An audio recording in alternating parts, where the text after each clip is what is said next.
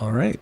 Well, guys, we were going to do an intro, an opening, and screw that. It's kind of chaotic.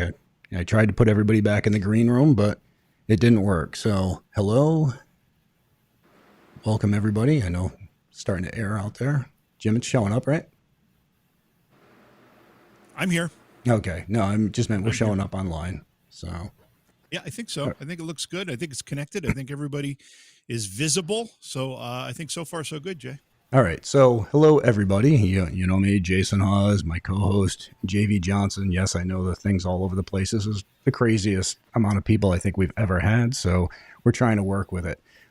Before we get started, I want to just discuss a few things. All right. First off, I want this video to be respectful from at least our end and the end of the people around the show with us, because you know what? There's enough disrespect out there, and we've been seeing that lately. So, and I also do not want this video to reflect poorly on the employees of a certain location. It's about the owner and the owner's business practices, the work environment, and why these people that we're talking to left. And I think that's important. Now, I say certain location because I have to be honest. I know that for certainty that that individual is watching this video and threatening lawsuits and threatening to sue people. And I know this for a fact because I've seen the messages, and they're just horrible. I mean, there's no reason anybody should be like this. The problem out there is that those with money who have just horrible business practice or whatever tend to threaten the little people out there. By threaten them with lawsuits for telling the truth, or at least defending themselves or telling their sides. And that's what's been going on here. And we'll get into that. And those people do that by telling them that they have lawyers on hand or lawyers ready at their disposal to sue them. To sue them for what? For admitting the truth? to sue them for defending themselves over accusations that are 100% untrue, that there's messages to prove? I think what this person really doesn't understand is if they sue, or they attempt to sue, they're doing it to keep the truth hidden. And I think that's the most important. They don't realize that there's an army of people out there who are looking for the truth. And you need to accept that. Bottom line. These people are in that army is more than willing to defend the little people from big people like yourself who think that you're above everybody else. And I mean, you got to think, come on, use your head. Just putting out a GoFundMe page, there'd be an army of people out there donating to defend these people because they want the truth from people like you. They don't want to hear it from you. They want to hear the truth about things.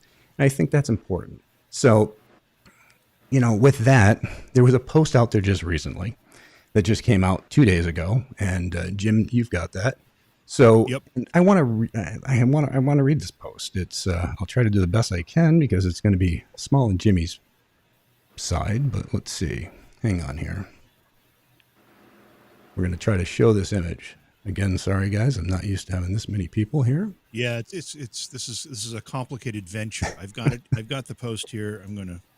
All right, let's see if you can share that. Just figure out how to share it. If not, I will open up the page and do it. Window. Oh, I have it. Now I got it. There we go. So if I share that, do you see that? No, I don't. So I'm going to, let's see if I can get over there and do it. Yeah, I see you all laughing there. So stop your, I mean, it is what it is. So if you haven't seen the post, I'm going to read it to you. So the Conjuring House had posted a post. And I'm going to read this out loud for y'all. It says, "Happy July, everybody." And I want to apologize ahead of time for any language that I end up dropping. But just understand it's not me. I'm just sharing what was said.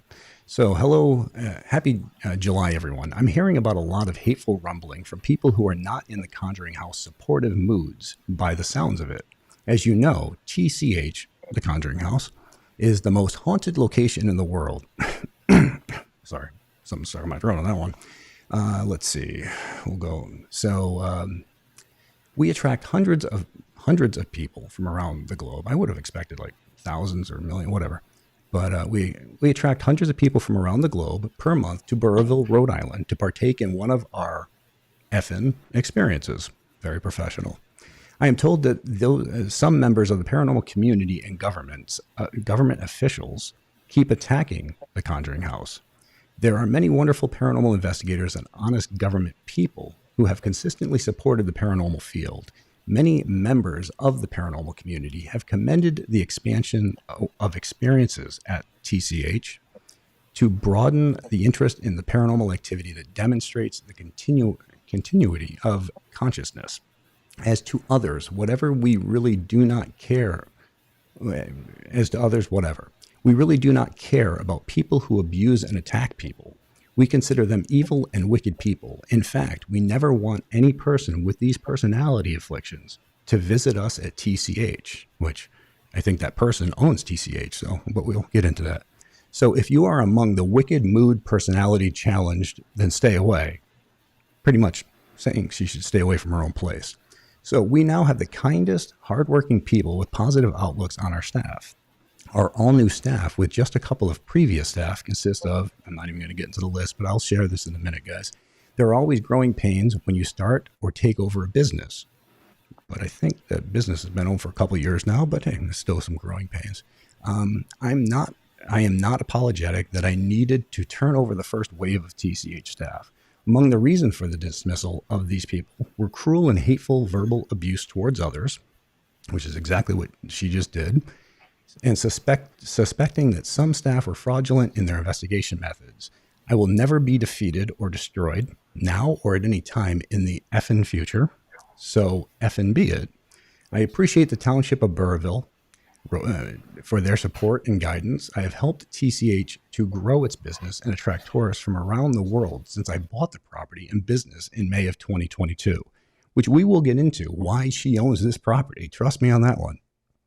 As always, we welcome any and all paranormal curious and or paranormal enthusiasts and seasoned paranormal investigators to our location. We continue to be thrilled with the people visiting us from around the globe. Every day we meet people who have traveled far and wide with anticipation to have an authentic paranormal experience. We look forward to hosting all of the good and morally upright people because the world is filled with such people, much more than the hateful, wicked, and low-density people that should look in the mirror rather than rage at people, animals, communities, habitats surrounding them. This post is directed at specific people in the United States and elsewhere. So pretty much the globe, I would assume that means. But let's see, and elsewhere, who I am told are abusing and attacking people for no effing reason other than to terrify them from continuing their interest in the whole consciousness, paranormal activity, whatever BS.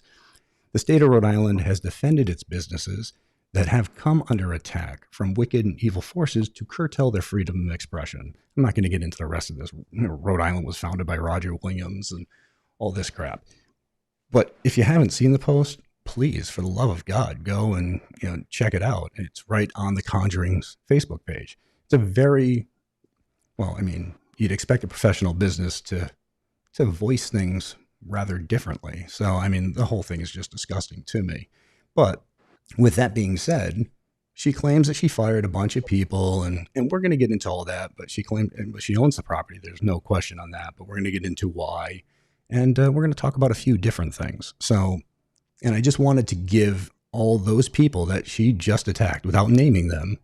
I don't know who the heck's calling now, but looks like we lost somebody. Yeah. Yeah. So I just wanted to give all those people who she pretty much put this out there to attack the ability to be able to voice things themselves and just tell the truth on what really happened. I think that's the most important. What do you got, Jim? Well, a couple things. First of all, I just want to, there's a lot of people in the chat room. The chats are moving very, very quickly. I'm trying to pay attention while Jay talks so we can respond to some of these things. And before we get too much further out, I want to thank Meg P for gifting 20 subscriptions or memberships in the page. I just want to recognize that before we go on. And here's the thing. For those who don't know, just let me, 100% clarity. Yeah. Satori is my daughter, and, Cody is her fiance. So I just want full transparency. I've known Jen and Corey for a long time. Reed, I've never met you, so it's a pleasure. Aaron, never met you, so it's a pleasure. Steve's part of Taps group. So, all right, go on, Jen. Sorry. No, so I just, there's a couple things at play here. First of all, when anybody gets mistreated, people who've given their heart and soul to a place, a business, an operation, whatever it is. And I don't know everybody on our panel here, but I know some of you, and I know how much effort and time and love you put into this, the Conjuring House. I mean, it's in the title. I'm not going to pretend that's not what it is. So to see these turns of events is not only is it hard not to take it personally, but it's difficult not to get angry about it. And I know that as we talk about this today, we're going to be really careful about not getting too angry, but emotions are high. And you can tell from the post that Jason just read, there's something unhinged going on here. There's something a little wonky, which we have to tiptoe around a little bit. But at the same time, it's important that people know what's really going on here. We've got good, very good people on this panel that have been mistreated, and we need to talk about it a little bit. And the truth needs to be told, regardless of threats of crazy lawsuits or whatever the heck is going to happen down the road. But the truth needs to be told, and that's why, Jay, you said we need to do this tonight, and I'm glad to We be do. here to be part of it. We do. And, yeah, of course, it bothers me because it affects my daughter and a soon to be son in law, but it also affects other people that I've known for a long time. Corey, Jen, you and I talked years back. And actually, at one point, we were talking about me buying the Conjuring House from you all. And it's just, I didn't want to buy another property in Rhode Island and everything else. And I really wish I had. I should have at that point, let's be honest. But I do want to get in. First off, I want to get into that. So, you guys sold the property to the new owner and the she who will not be named. How about that one? And so did you guys have reservations about selling this property to her? I suppose we'll probably talk about the elephant in the room, since I'm assured by people that it's already spreading around on the internet. So I do feel it's comfortable to talk about it. Well, as long as you feel comfortable. I don't want to put you in a predicament where you guys again, and that's the biggest problem with this talk is every single one of you have been threatened with legal recourse or whatever. And we have the messages. I mean, we can show those. It's ridiculous that you can't even discuss something without being threatened to be sued, and not even that you've done something wrong. The whole idea of them suing you is the fact that they think that they're going to hurt you financially to the point where you didn't do anything wrong, but you're still going to be liable for a financial cost to defend yourself, even though you were in the right. And that's the biggest problem. Somebody taking that situation, that'd be like me trying to sue, I don't know, some poor bastard living on the, just scraping by because I know I can bury him financially. I can make him so he doesn't have anything. And I think that's the biggest thing here is that you guys have had to deal with that issue just to start. Yeah, I kind of think you just summed up how it started. You want to go ahead?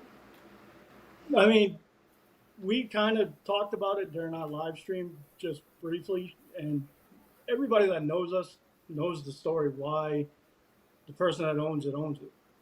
Long story short, she felt entitled to it and put a lawsuit on us. She put a lien on the house and stopped us from looking at other people to purchase the house. She felt that an agreement that we signed, which was null and void in the state of Rhode Island, according to our lawyers, she felt that she was entitled to that house. I think kind of what it came down to is I told myself I'd remember what it was called. Liz, No. What we signed to begin with before we sat down for the purchase and sales agreement.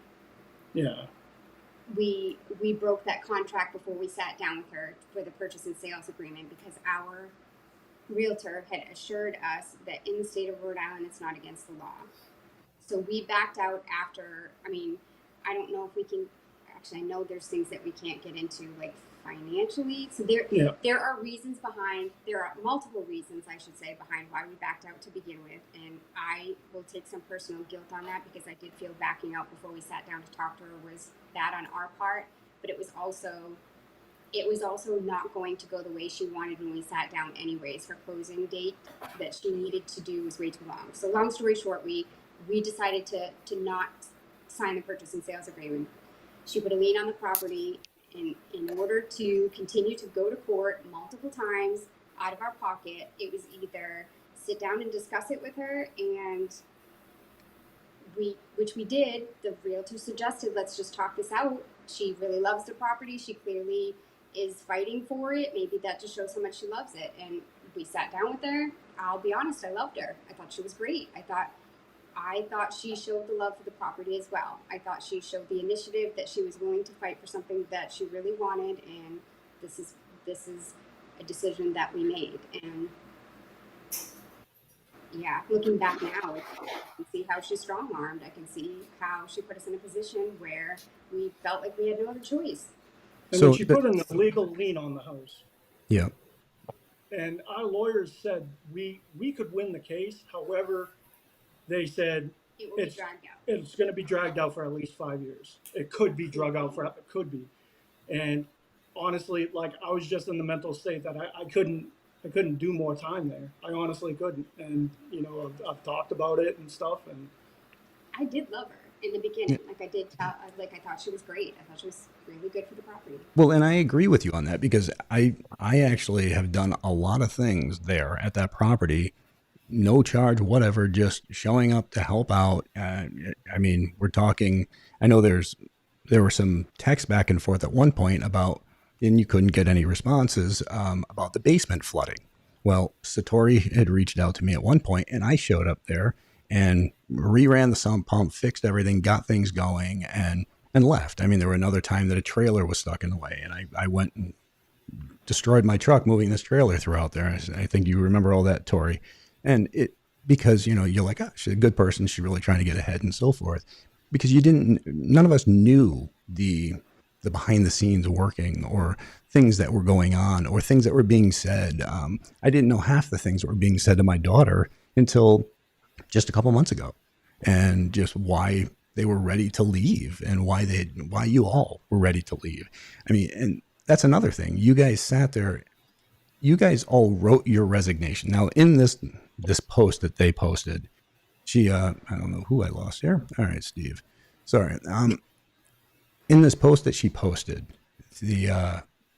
one of the things she said was that she fired everybody. Now, and that was July 10th. That was 2 days ago. Now, the problem with that is back in February, March, April, I believe it was April, you all turned in your resignation letter. So, and I'm going to show that. I'm going to put that up here for everybody, just so we know. And Tori, if you want to read it, do it up. Okay. So the date is April 26th at 9:44 p.m. We say hello. Now, this email was sent to multiple people.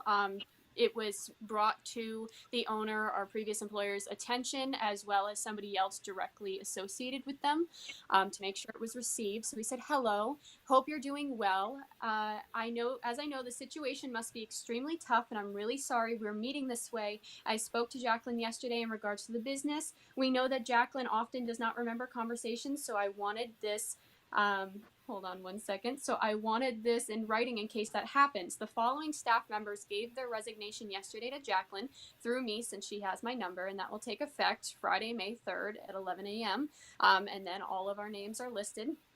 After 11 a.m. on Friday, May 3rd, we will no longer be working at the Conjuring house. I explained to her that she has no coverage for the house, email, and admin. From that point on, we have done our absolute best to manage this for her the past 6 months. And to keep this away from the public. We have only been met with anger and accusations about the situation in December and January from Jacqueline and the time leading up to her current blank.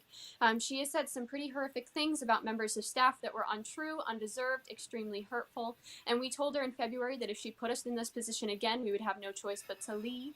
Every single staff member has gone above and beyond to try and help her in the business. We've done all this out of love and care and concern for her, the house, and the spirits, but we can no longer watch this happen, as it's affected all of us deeply. The devastation that the staff feels for this entire situation can't be described in words. We are legally uncomfortable to handle cancellations, rebookings, or refunds due to current situation. I asked Jacqueline yesterday to shut down the house for the purpose of blank, getting the business back on track. She declined that option. We strongly urge Jacqueline to reconsider shutting down the house before visitors show up to an empty house and the rumor mill begins. We want her to be out blank before the house opens back up again. We cannot be held responsible for what the house happens with the business or the house after May 3rd. We're so sorry that it's come to this, but we have no other choice. She has no caretaker coverage for the month of May. Another person will be there to handle tours on May 3rd, but no one will be at the house for overnight starting May 3rd. No coverage for tours after May 4th. No one should be at the house after 11. So should no one be at the house after 11 a.m. on May 3rd to check people in and run the events, we cannot be held responsible for the fallout from that situation. What, did I skip anything? From angry guests. We have been through that before when she didn't show up on January 19th. Despite knowing she was on schedule, we were assured she would be there. That situation was devastating for the entire staff and reflected badly on staff when it was not our fault. Jacqueline asked me to give information here. And then this section here, we're so sorry it's come to this. It's not what any of us wanted, but in light of all that's transpired, we can no longer rely on Jacqueline to consistently manage the business in her current state. Staff cannot continue to work unpaid. We want nothing for her but to be happy. We feel she's not allowing that to happen for herself. We're aware we may not get paid for any of this, but have chosen to remain at the house last month out of love for the house, the spirits, her animals, and each other. We wish the best for Jacqueline and hope that she gets help she needs and move on with her life in the way we all hope that she can. So All right. that's right there. Yeah, it's pretty self-explanatory on that one. Yeah. You know, I have no idea how to get us back to, oh, there we go. Look at that. Oh, now I can start adding everybody again. So if it works. Yep. So guys, we're trying out this new software with a ton of people. So hopefully you're a little understanding on that. So I think that the main thing here is, first off, you guys turned in your resignation, all of you. And you know what? I'm going to say it because I don't want to put you guys in a predicament. All right. So you guys turned in your resignation, and then text messages started coming in. And these text messages, I'm saying it, Jacqueline, so kiss my ass. These text messages started getting worse and worse. First off, they started off begging people to come back to work, begging people, telling them that you needed them. Then they started getting angry because these people did not come back, because they declined to come back, because they didn't want to work in that environment anymore. So then the messages went from angry to threatening, to the point where some of these messages then came in saying that you were going to say people were fake because you felt that was your best way to attack them. So people didn't want to work for you because of situations that were going on, which we haven't got into. And believe me, we easily can. But then because they didn't want to stay in a toxic work environment where people were being screamed at, yelled at, threatened, you then attack them and then on top of that threaten again to now sue them and do this stuff and then claim they're fake. And it's just, I don't know how you guys, how any of you, Corey, Jen, I love you guys dearly. I don't know how you put up with this. Story, Cody, I wish you guys had told me a long time ago, because I would have been involved a long time ago. Reed, I know you, Aaron, and it's just, the whole thing is insane to me. Yeah. It's about the house. Well, it is about. That's why we stuck around. It's about the house and the community, the people that are coming in. It's not about lining her pockets or anything like that. It's all about the people. Yeah, and that's the thing. It is about the house and it is about the community. But there's messages from this very lady who pretty much says F the paranormal community and so forth, which, you know, she's gonna be a success. The house is it's gonna be the best thing in the world, and even F the community if she needs to. So I've never seen the downfall of a property so fast by somebody with such a big freaking head. I mean, the whole thing is just insane to me. But Jay, one of the things that we've seen throughout the paranormal community is this happens. People, for some reason, they get involved in a property, they buy the property, and then they start to have an ego issue, which just explodes. I mean, one thing that we know about the paranormal community is there's a lot of drama. And I don't know what it is about the paranormal that creates this, but this seems to be like, the most extreme, the most severe. But we've seen incrementally some of these other places do that too. And I don't know what it is, but it affects people. It affects people like all the faces you see here with us tonight. It affects the people that go to these properties to try to have an experience and enjoy the history of the location. And that's the real tragedy of it all. The good people involved get hurt by all this. Well, and to back up your point, Jim, I think people go from thinking that the property is special to thinking that they're the reason Exactly. people are coming. Exactly. And Grant and me, we bought an inn. We bought the Spalding Inn. We had, we did the bar, we had a restaurant, we had the inn, and it was a place of enjoyment. I mean, I still talk to all the people who worked with me, who worked for us, because we were a big family. We all made this work like this. I mean, everybody busted their butts, and with that, everybody busted. I'm sorry, Aaron, you somehow got booted. Okay. With the Spalding Inn, we loved the place. Everybody was treated perfect. I mean, of course, you have some issues with employees, this issue, that issue. But everybody was happy to be there, and we bought the place because it was said to be haunted. It was said to be one of the most haunted places up there, but it was a place of enjoyment. Everybody had a good time, and I just don't understand. And it was never about me. It was never about Grant. It was about the Spalding Inn, and that's all it was ever about. So I just don't understand why people just their heads just explode, and it just so much. It's crazy. So where's Erin? There she is. All right, you're back. We keep bouncing around. Yeah, The internet doesn't like me today. It's okay. You know what? If I had planned ahead of time, I could have set it up. Everybody placeholder, but I didn't plan for crap. It was just like, oh, well, all right, well, yeah, we'll do this. So. Yeah, exactly. All right. Lead Go ahead, Tor. I was going to say, do you want to lead the way on which avenue we take from here? Do you want to discuss? Yeah. So I have, all right. I mean, you guys, this is your story. I don't want to control it, but I do have text from you all. I have text from this past employer. I mean, the things she says in her text are just vicious. I don't even understand it. If I was anybody going to this place, I would sever all ties. I got to be honest with you. So we have, let's see, there's been accusations of stealing, which are insane to me. Like people are somehow accessing her account and taking stuff. Text towards you and Cody and Steve about the barn fire, where she was going to take care of all this, but then you guys set this whole thing in motion to burn things down and nuts again. Yeah, where do you guys want to go with this? Because I want the world to see everything. So it's like, yeah, you tell me.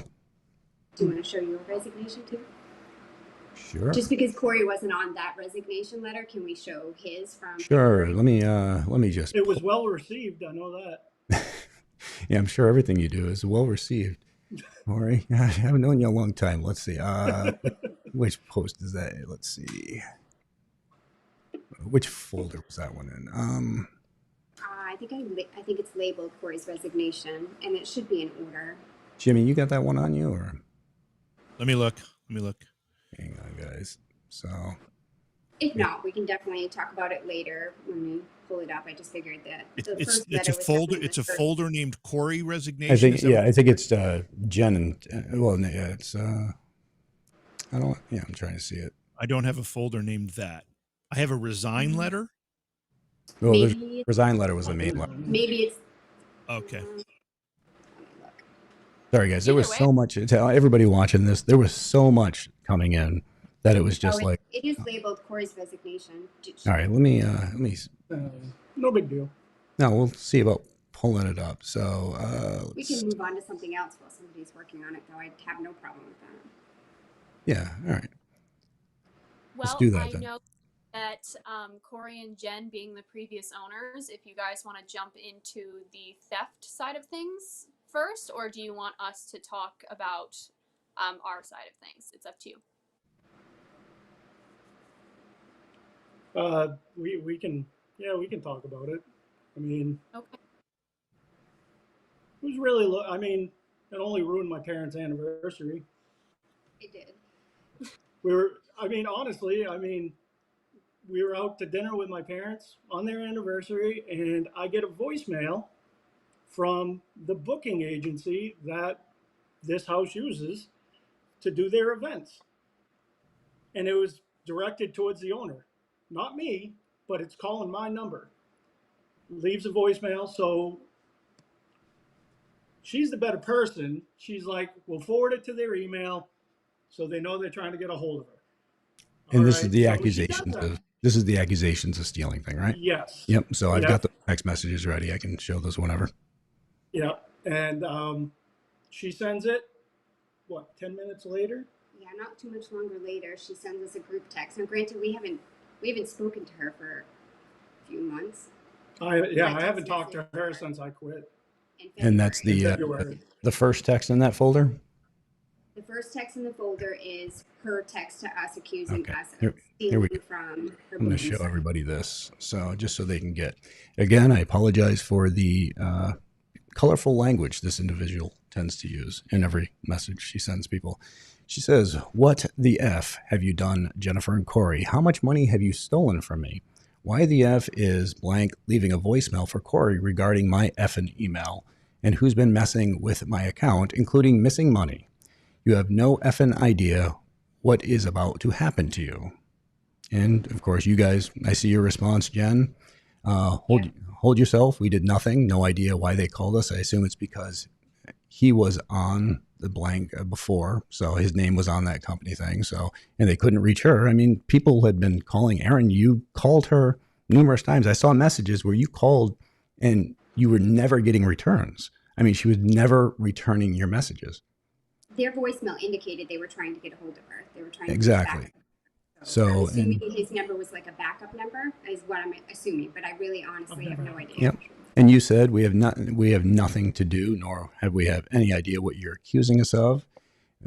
We thought we'd be nice and forward you that to Kevin, so and so forth. And let's see. And then, of course, her response: "You're lying, Jennifer. You and Corey were deactivated, and there was no reason why, after an email from me expressing concerns with someone messing with my account, that they would leave Corey a voicemail. I will find out everything." And hang on, let's go to the next one, the next wonderful message. So I think I'm learning how to use this thing. So nice. Well, yeah, I'm going to screw it up, man. So don't get too impressed. So, all right. And here's the response: "You're lying, Jennifer. You were deactivated. Why, after an email expressing my concerns with someone messing with my account, would they leave Corey a voicemail? I'll be finding out everything. And if you have siphoned money, you'll be paying it back." Your response: very political. "Oh my God, you can't be serious. I have no idea why they called him. And you'll feel like an ass when you realize you accuse us for nothing. Well, we'll see. I'm missing money from deposits, whatever. They will have to answer why they called you about my question when you were deactivated in February. I expect an apology when you do," is your response. "And if one's deserved, I will do it." So with this, was there ever anything more she contacted you about with this? Corey's response was not colorful, and Yeah. if anybody wants to see it, then he has no problem. I'm sure her post about verbal abuse probably had something to do with that, because he does not respond well to threats. Right. Well, I think when somebody is accusing you of, first off, stealing, that's a tough one to just accept and move on. So, I've known Corey a long time. You get heated when somebody's accusing you of something like this. If you'd like, I'll show it, Corey, but that's up to you. I don't. Oh, by all means. Okay. So, guys, there's some colorful language. There's some colorful language in here, but let me so I want to apologize for this. And I'm not defending Corey in this, but I am saying they were contacted, accused of stealing, and you saw her messages to them, dropping F-bombs back and forth. Corey responded. Now, I apologize, people. So here we go. I love you, Corey, but here we go. All right. So, Corey, I'm not even. So, Listen here, you dumb. You must be out of your goddamn mind accusing us of something like this. Your failure to take personal responsibility for your actions is what's to blame. Know what you're effing talking about and have all your ducks in a row. I'm about to put this conversation out on social media so the public can see how effing batshit crazy you are. You effed up with the wrong son of a bitch. Okay, I mean, it is what it is. You were accused of stealing. Of course, you're going to be fuming. She's accusing you of taking money out of her accounts, but half the time she doesn't know what money's going into her accounts because she's not ever present. Well, what really bothered me out of the whole situation, it's like, if we were siphoning money out of your account, why would I use my personal information? Why would they be contacting me saying, oh yeah, by the way, it's like, then, use your head. And then why would we forward it to you to let them know? It's like, oh yeah. And then she goes on to tell us in a later text that it's happening to other paranormal locations, but she still didn't apologize. Yeah, and it's like, we have nothing to do with those other and here's her next response to you guys in return. You don't scare me, Corey. F off. F you, whatever. Someone is effing with my account, so I'm going to start with the phone numbers, and any questions are being channeled. I mean, it's such a weird rant, so I'm having a hard time reading this. That is your effing number they called. Why is that? Someone is also effing with our reservations, so that when people go to book, it says book through 2026, and money is being siphoned from the account. I will get to the bottom of it, and I'm going to start with the obvious clues, and if it leads to you have nothing to do with it, it leads to you have whatever. But I'm going to find out who is doing this to me and why it's being done to it. So it's also being, so according to her, it's also being done to Eastern State Penitentiary. Right. And my biggest complaint of that whole thing was, do your research first. If you then think that we've actually stolen money from you, bring it up then. Do your research first. Don't jump on us out of nowhere because we were nice enough to forward information to you. Why would we nice enough to, I mean, if you're siphoning money out of her account, why would you draw attention to it by forwarding? Hey, I'm just letting you know, we're sneaking money out, and I'm just letting you know money's being snuck out. So here you go. Right. But she claims that this is happening to numerous paranormal businesses. Now, I know a bunch of businesses. Jim, you do too. This is the first I've heard of this. So it seems to be a pretty isolated event. What do you think, Jim? Well, I just have a couple questions because I'm not as familiar with what happened here as you are, Jay, and obviously everybody else on the panel knows. But was it ever determined whether there was actually money missing, or is that just her with crazy ideas? I have no idea. Like that. Nobody knows. I didn't get an apology, so I'm guessing either it's still being investigated or no idea. Oh, well, was it ever determined that money was actually missing? I mean, that's the thing. Nobody knows because... Right. So we don't even know if that's a legitimate claim at all, that money actually disappeared. Secondly, I'm a little lost. Who called you to the booking agency left a voicemail for me. She must have been in contact with them by email. Not really sure. The context of the voicemail was basically they were getting back to her regarding some of her concerns. She contacted them about it. Okay, so she contacted them about money, something, and when they responded to you because they couldn't get a hold of her. Yeah. Right. Okay. And so you did the right thing. You forwarded that to her so she could handle it, and because of that, she assumed that somehow you were involved in some kind of theft. See what happens when you do the right thing? Yeah, exactly. So, all right. Can I speak on the admin side of that too? Sure. Can you guys hear me okay? We can. Aaron, what was your position at your previous employer?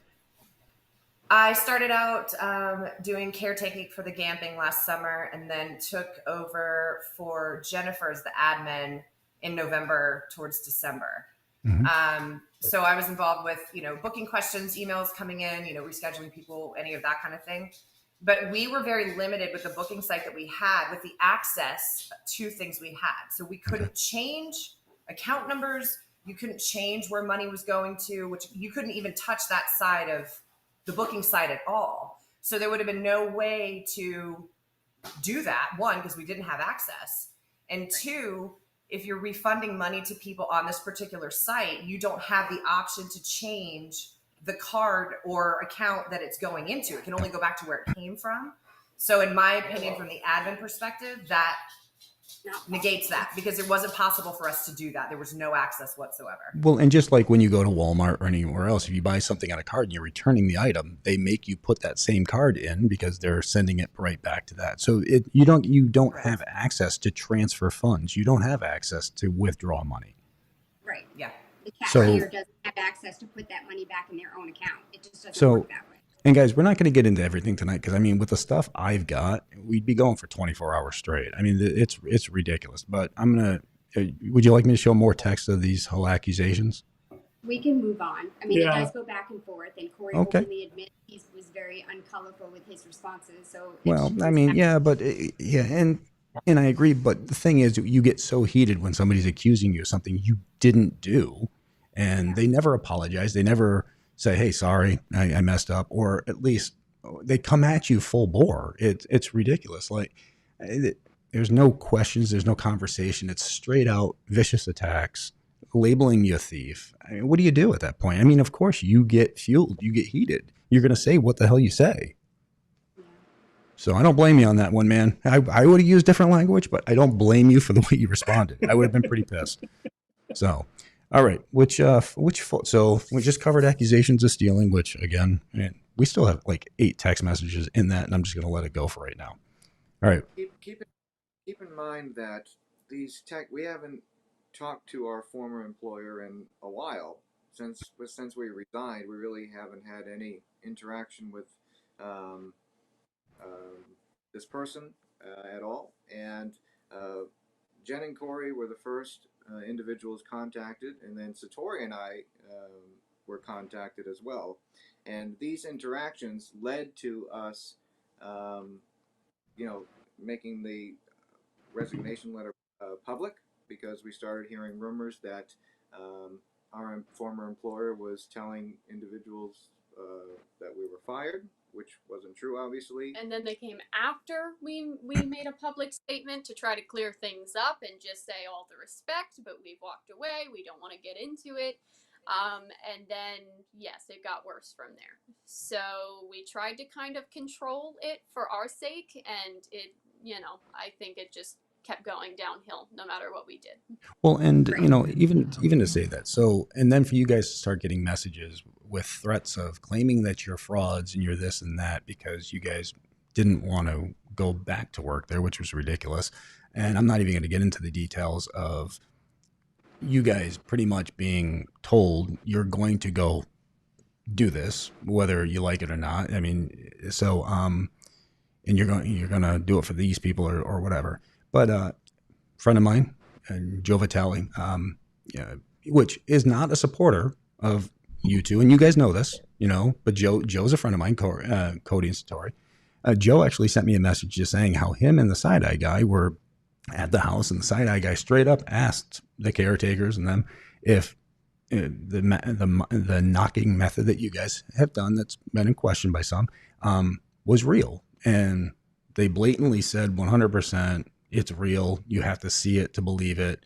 And this was said in front of a bunch of people who are in search of the truth, no matter what that truth may be. And I think that's important because then all of a sudden, and this is just a few months ago, then all of a sudden now it's threats of you guys, her telling the world that you guys are phony and fake because you didn't want to go back to work there and work in this environment. Yes. And again, I just want to start off by saying I'm in no way trying to tell anybody what to believe. If you believe us, that's totally fine. If you don't believe us, that's totally fine. I do not personally agree with the way some things were handled, with presenting a very biased opinion on the side of supporting us. By some people. So I just want to make that aware as well. I think that you can't figure out answers if you don't question things and ask to see more and have skepticism. So that's just our belief. Well, and I want to share pretty much a couple texts that were sent to you recently, Satori, that came out of the blue. I mean, you hadn't talked to her in a while, and then all of a sudden you start getting hammered with text. And I want people to see this. So you good with that? Yes. All right, here we go. Yes. So she hadn't talked in a while. The one with the talking with the "I will do that again, thank you." It's green eyes is about a cat that got lost, and we're not going to get into some of that sad stuff. But random text that comes. I have no idea what you're trying to achieve. Now this was to my daughter, the owner of the Conjuring House, real professional lady, sending this to my daughter. I have no idea what you're trying to achieve, but I'm hearing crazy stories of the bullshit that you are saying about me. My blank and the spirits at the Conjuring House have been filling me in. So the spirits have been telling her that you've been saying things. That's what we're saying here, Tor? Yes. Okay. Yes. All right. I just wish they would give me complete sentences because it would make my life so much friggin' easier trying to investigate this. But she's getting complete sentences. I mean, they're telling her claim. It's insane. You are just pissed that you got fired and that I will not pay you for the fact that you hired someone who burned down the barn. Grow the F up and look. We'll get into that. Trust me. We'll get, grow up and look for new employment since you blew your employment at the Conjuring House. Much to your dismay, I am not going into the woods with whiskey and dowsing rods, nor did I ever say anything about anything to anyone about my blank, whatever. That's none of your effing business. If you continue to try and ruin my reputation and my business, I will file lawsuits against you for slander. So, and that's just the first text message. Yes. And that came out of the blue. You're just like, Dad, I'm being threatened, dude, and I haven't said anything bad about this. I just left, and I didn't even know all the other things about that were going on. So because you've kind of kept that stuff on your own. So now let's get into this. This is go ahead. Do you want me to go into the barn explanation a Well, little bit? let me show these messages first, though. So Okay. then she says, I have done nothing to warrant your lying hatred towards me. In fact, I'm the only person to try to give you a significant opportunity to grow as people and grow your business. I will make sure I include the investment I made for you with Barn in my post if you don't stop your reckless direction of trying to destroy me, because you will be the only ones to be destroyed. I will never be defeated or destroyed now or at any time in the effing future. So be it. So these texts randomly came out of nowhere. There's no claim or no proof of you ever saying anything. I mean, you've never said anything bad about her. She literally showed up to my 4th of July party. You had her over. We never had a problem. And your response, of course, we have absolutely no clue what you're going on about. We are not fired. We resigned, which we showed that. You guys had resigned 2 months prior to her even making this post claiming that she fired you all. We resigned and was even kind enough to publicly stay respectful. Now you're coming up with us being fake just because you're mad we aren't doing readings whenever you wanted at your beckoning. We literally stopped doing readings for you at the house in September and October because you just wanted to use us. There's plenty of witnesses to that. We are and always have been. I hate that these things aren't all together. All right, hang on. Next part. All right, we haven't always. All right, so let's see. Resigned. Where are we here? Okay, October. There's plenty of witnesses to that. We are and always have been honest. We don't even have any of her contact information, and we never talk to her. That's really low to try to threaten us with lies, Jacqueline, even for you. Now, there was no lead up to this random attack, was there? No. So it just came out of the blue. Yes. Everything was perfectly fine up until relatively recently when we had reached out and just asked about the barn situation because we were all told a very different thing than what said that you guys are seeing in that, and we can give more context to what that's about. And then this message was actually a couple days before the post that everybody knows about was put online. I don't even know how to get into that again. Have your own opinions, but I can say a former employer of ours very much wanted to control certain narratives, and wanted to be able to have certain things done when they wanted to, and even when we were not very comfortable doing so. And sometimes we didn't even know certain things were going to happen until it was already decided for us. So does it sound all right? So basically, you guys felt like you were animals at a zoo. Yes. Because I know tons of people who told me that they would come to the Conjuring house to see you guys. So you guys started feeling like you were on display. Yes. Yes. All right. So, all right. And when you stopped allowing yourself to be on display and decided to resign and so forth, then again, and that's what I'm trying to reiterate to everybody out there is it wasn't until they all resigned and 2 months after, when finally she realized, no, they're not going to come back. Well, then let's send these vicious texts. How we're going to say they're fake. They got all fired and everything else, and attack them online. Now, I've never seen a business. And Jim, you've owned tons of businesses and radio shows, radio stations, everything. I've never seen a business act like this or do anything like this. Well, this isn't a business person. This is somebody who owns a business who's not a business person, clearly. And also, I mean, again, from the outside looking in, it's very apparent to me that she realized she made a lot of mistakes. But instead of being woman enough to apologize for those mistakes and admit to those mistakes, instead go on the offense to try to cover the mistakes. That's what it seems like to me. Attack the people that you actually relied on, who realized that you were just abusing and using them, and they left, and you're losing revenue, you're losing face, your reputation is not being smeared, it's being revealed, and so all you can do is lash out. That seems to be what we've got here. And again, this is from the outside looking in, and that's what I see. All right, so Tori, are you okay with me showing the text messages about the bar? Yes. Yeah. Okay. If you want. Well, I just don't want to do anything that makes any of you here uncomfortable. I want you guys to feel secure, but also know that there's a world out there that's watching this. I mean, there's 6,000 some odd people just in chat. Just know that there's a world out there that has your back. People can threaten to sue people all day long. But the fact of the matter is, if you're just a horrible individual and you're using the threat of a lawsuit just to scare people into submission, then you're a major issue, and that world's going to come together, and you're going to lose everything you ever tried to build because of the person that you've shown the world that you are. So I'm going to show I don't know what order these are in, so I'm going to try to keep them in order. I'm going to start off with where you guys say you'd like to discuss the money that she said she was going to give you for all the damage. Before you put it up, did you block out certain numbers and things? No. Okay, so I'm not going to put that up. All right. All right. I'm gonna read it. I'm gonna read it. Okay, and I won't say the numbers. But Satori, you sent Jacqueline a message saying we'd like to discuss. Before you do that, can you just let folks know? I mean, maybe everybody knows, but what happened? What are we talking about? And that's why JV and me are friends, because he tries to keep me on track, even though I'd never stay on track. So it's, yeah. But all right.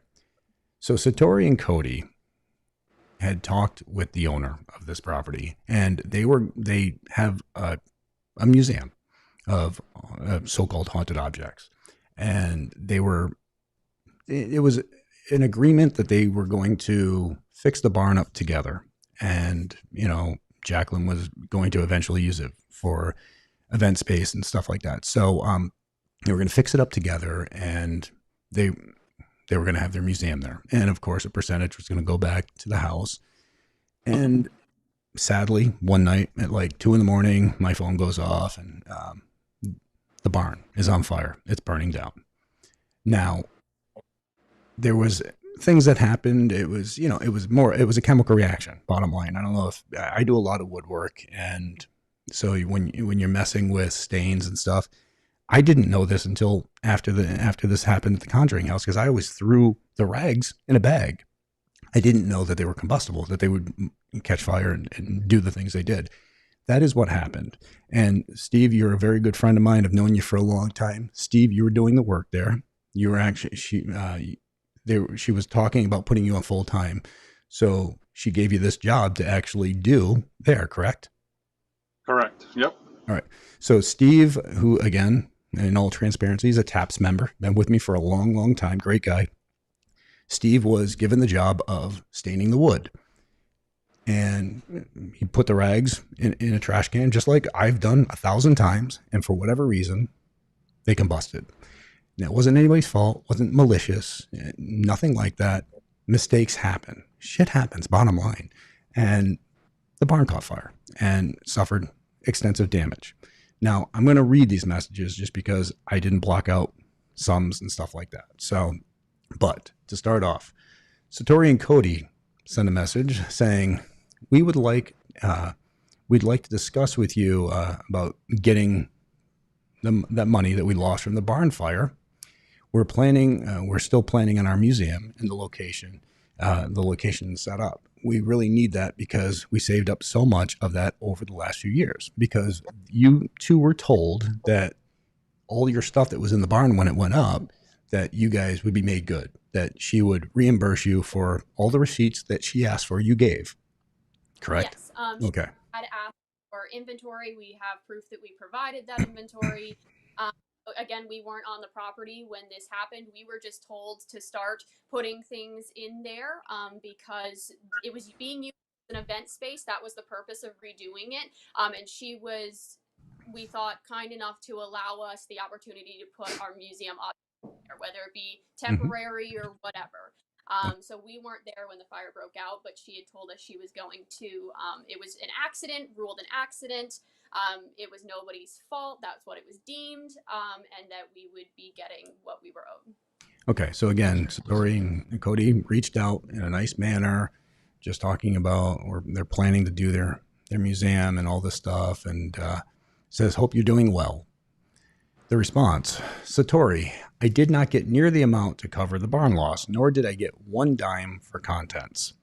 There will be no reimbursement for your items that were lost because of the painting contractor that you hired caused the fire. Caused the fire. The painting contractor that caused the fire that you hired to do your shelving stains, I have lost close to, I'm not going to say the amount, from that negligent act by someone with no clue what he was doing. Now, first off, Steve, I know you, and I know mistakes happen, man. Like I said, I do woodwork, and I know you felt like shit when this happened. You were heartbroken. Yeah, you were heartbroken. But if you had done something wrong, I can tell you right now, Cody and Satori, you guys would have never talked again. But I mean, I remember Tori breaking down in tears because she felt so bad about how you felt. And again, mistakes happen. But did Cody and Satori hire you to do the staining? No.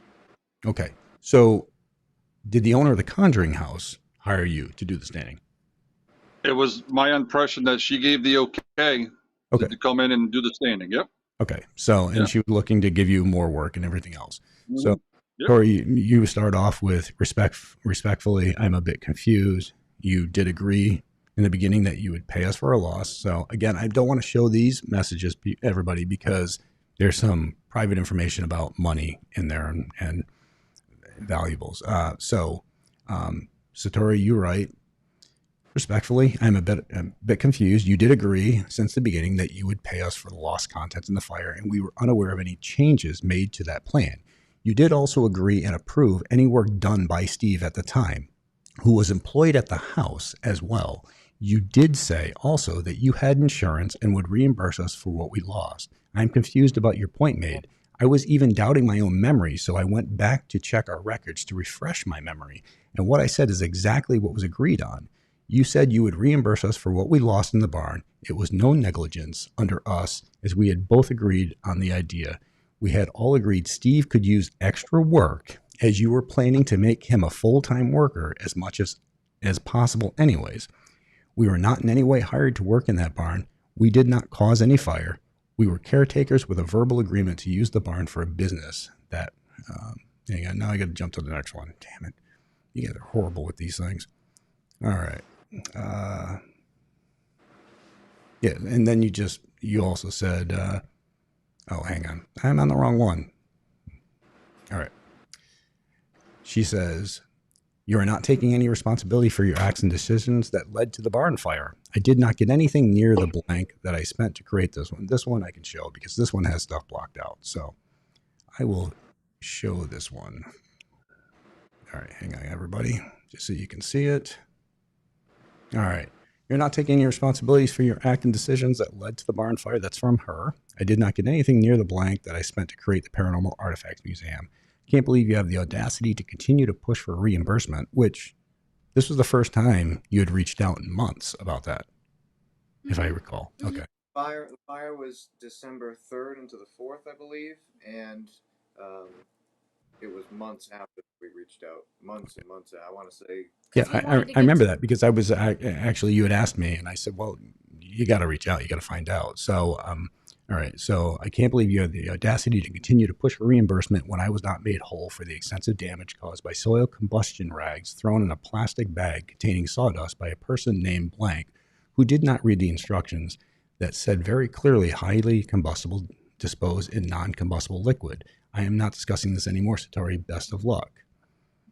And your response, I mean, let me just see if I've got the whole response there.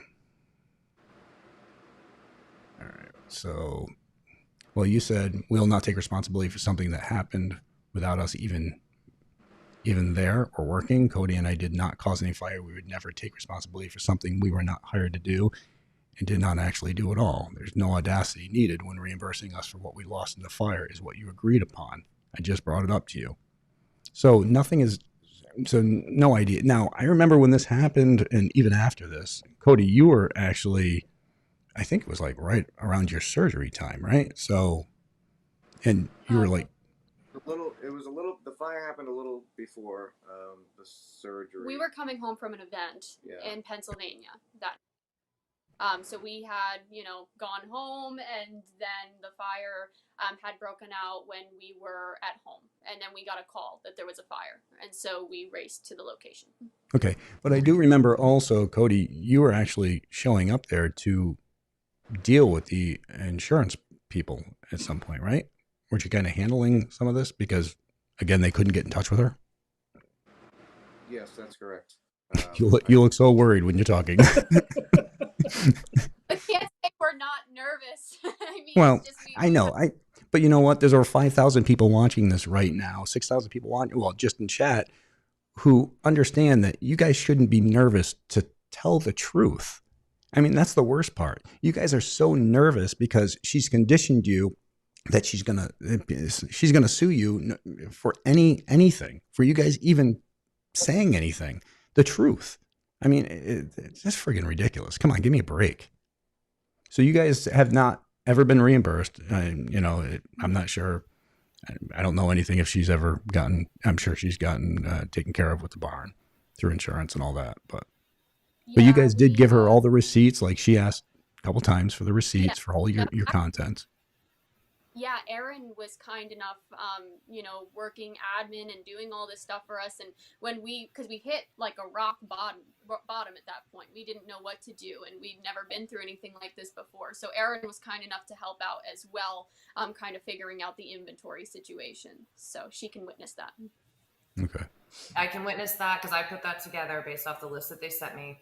But then I can also attest to the fact that I was on the property around December 15th or so when that insurance person came to the barn, and she did not show up. So Cody had to take that on himself. So I can also attest to the fact that I was there when that occurred.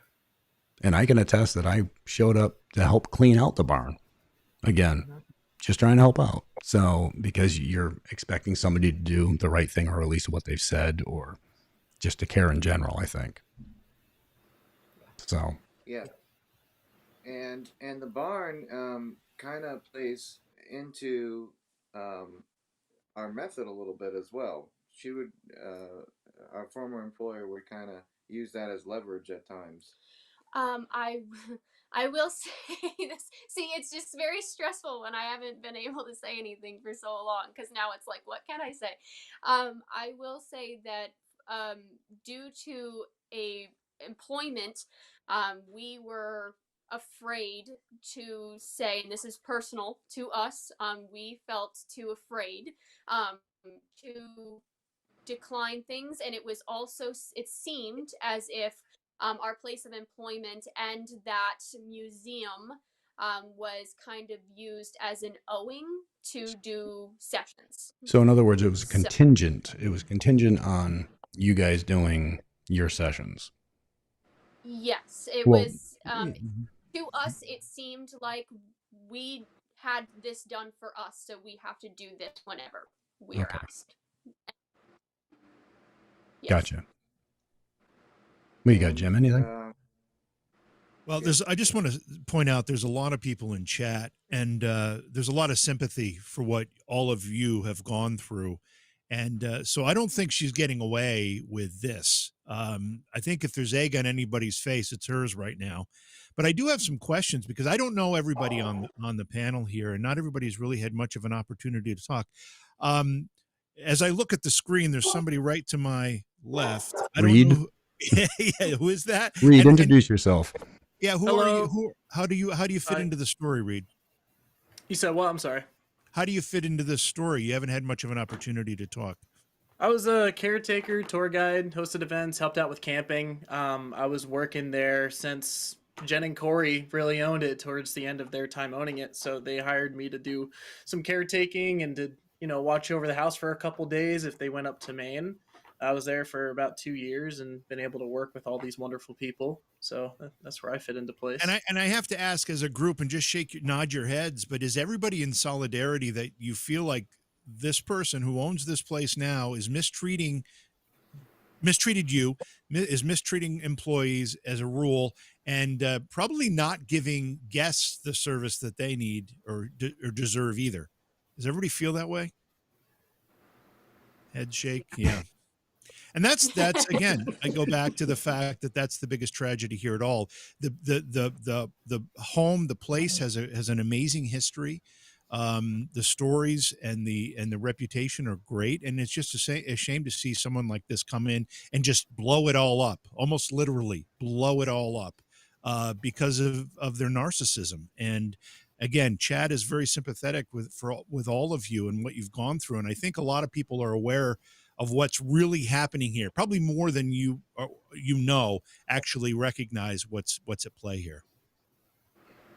I would like to speak up and say Reed has been with us since we own the property, and out of all of us, Reed or Steve, I don't remember which one was the last one to leave, but Reed really put his heart and soul and took everything so personally and really, really put up with a lot because he didn't want to walk away. Honestly, I feel bad for everybody. The position, we feel personally, we put everybody in to begin with. Reed really did not want to walk away, as did none of us, but Reed really was like the last one to really see the truth. And I also want to point out, and if I can, we may get back to this, but the text message regarding the person she blames for starting the fire, at that time, that person was still an employee of hers. Yes. And again, just so everybody knows, that's Steve. And Steve's been TAPS member for a long, long time, good friend. Actually was given the job to stay in the barn. And then, then it just went sideways, of course. Which things happen. Sometimes horrible things happen to good people. And, it just happens. So, but story, I just remember you breaking down in tears a lot because of how sad Steve was that happened. And I mean, Steve, do you want to speak on it? Well, I just, like you said, I'll never forget, the phone call I got that morning from Satori. I'll never forget it, just unbelievable. Like you said, I don't, trying to help out, get everything ready to go. They're working hard. Everybody's working hard in the barn. And in a matter of, a couple hours, I'm having to call people at 1, 2 in the morning that it's going up in flames and people are rushing to get there. You'll never forget that. And it was awful feeling about the barn, the history of the barn, the property, and just something I'll never forget. You just never do. I hear you, man. I hear you. All right. So I now, have, go I ahead. just want, just in support of what Steve's saying here, my brother-in-law and my sister bought an old, beautiful old home in Oneonta, which is not too far from where I am in Cooperstown, and they were refinishing it, remodeling it.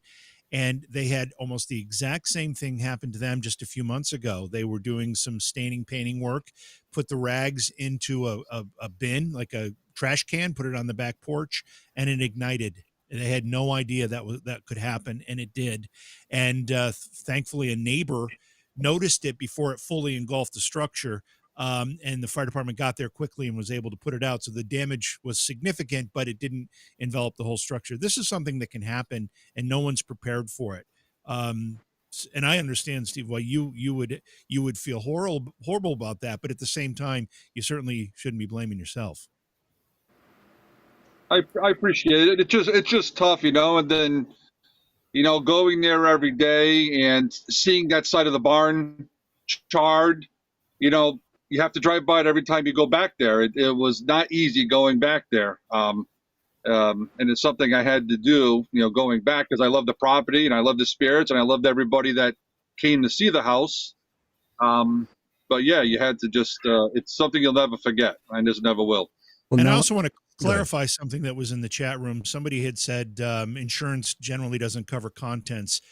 Sometimes that's true, but it depends on your policy. Yeah. I know my policies all cover contents. All of them do, because a lot of the times the stuff in the house is more valuable than the house itself. Absolutely. So, that's, and I don't know what her policy was or wasn't, but I would encourage Satori and Cody to pursue that. I mean, you guys lost in that. That's part of the claim. You can be certain she made that in the claim, and I don't know what your recourse is, but if you drop it, it's only because out of the goodness of your heart, frankly. So let me. All right. Now, as a paranormal investigator, a guy who's I'm big on keeping it real and everything else, and I've got some good friends who have filmed at the Conjuring house, whether it's Exploring with Josh, it's Kalani, it's you name it. I mean, these people have all done some great stuff. Corey, Jen, you guys being previous owners, did you guys ever have to sign off on anything that somebody recorded at the house or anything prior to them airing? I have to ask this because I want the world to know. Did you guys have to sign off on anything that if I came and investigated? Would you have to sign off on my footage before I put it out there for the world? Absolutely not. No. So there was never anything like that. So, okay. The new rules at the Conjuring house, though, is, unless I'm confused, please let me know. Are there rules set forth now that all footage has to be signed off on before it airs? Yes. And I think in the beginning that was generated in order to control the narrative. I believe in the beginning, I feel like it was meant for people not to be able to walk in and make up lies. Is I think where the direction, she provided the history of the home, which was great. We never did that. I thought that was a really good idea. She was able to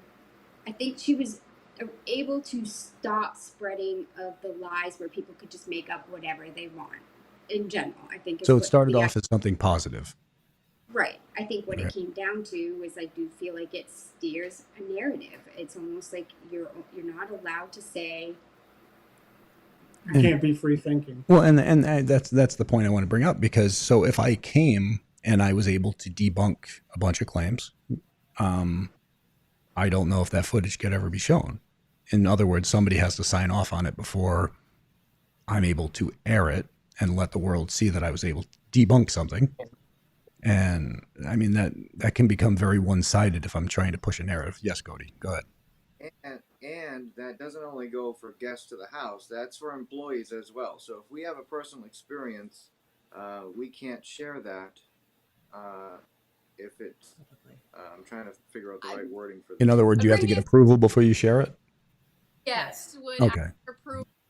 If it didn't fit a specific belief, a previous employer would make it aware that we were not allowed to share that. And there's multiple witnesses that had their own experiences with that. Also, what we were allowed to do for guests and people we knew, unless this person was there or signed off on it, we were not allowed to go further with anything, to, say anything that we wanted to about any, let's say, controversy or activity or anything. There was definitely unless it's signed off upon, don't do it unless I give permission. That's what it's crazy because Jim and me, we head out and we investigate these locations, and we go in, and first off, we take control of the property, and the owners, whatever, they leave. Wilson Castle, phenomenal. They left a castle to us for 3 days, walked away. We don't show them anything we caught, anything we debunked. We don't even pay the location fee because, I feel like that would make it have to be biased one way or another. So we go in, we investigate, and we put out there the investigation, the whole investigation. If we're able to debunk something, if we had an experience, whatever, because we don't want somebody controlling our investigation. We don't want somebody controlling our narrative, or we don't want somebody controlling the truth. And Jim, we've never had any argument on anybody we've gone with on that. No, and we always make sure it's very well understood that when we go in, we're just going to present it like we see it. We're not there to sell their location as being haunted. We're just there to present a story. We love the history of the places that we go to. We think that's an important part of what we do. We love the decor. Generally, they're very interesting places to look at, so we like presenting that. If the paranormal stuff happens for us while we're there, even better. And we just make sure it's known. When we walk in, this is how it's going to be, or we're just not going there. Well, I think that's important. I'm seeing, and of course, I'll never hold it against some places who charge money because this benefits some of these locations. They use that money to keep the place going, keep the place alive, and because there's a lot of money, there's a lot of things that go into it, property tax, you name it. The water, the electricity, all those factors come into play. I'm just not going to spend $1,500 for a few hours to investigate, and then have to have somebody else sign off on my footage. It would just be insane. I will say, when I was there, I reviewed the footage. Corey and I did it together, and we weren't that picky. If you found something that was your evidence, that's your evidence. That's how we looked at it. Aaron, correct me if I'm wrong. I believe it was probably pretty close to the way when you were there too. Yeah.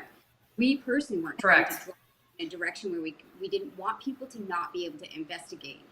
Her biggest thing, I think, was probably Bathsheba. But if somebody's investigating and they get Bathsheba on a spirit box, I'm not going to tell them they can't put it on there because it's their investigation. Now, if you're going to walk in and say, Bathsheba, I hear you're calling my name, where are you? Then you just look silly, I suppose. But when we were there, we personally watching the videos, and we tried not to be super picky. Good. Somebody came in. I was the same way. It was more for us.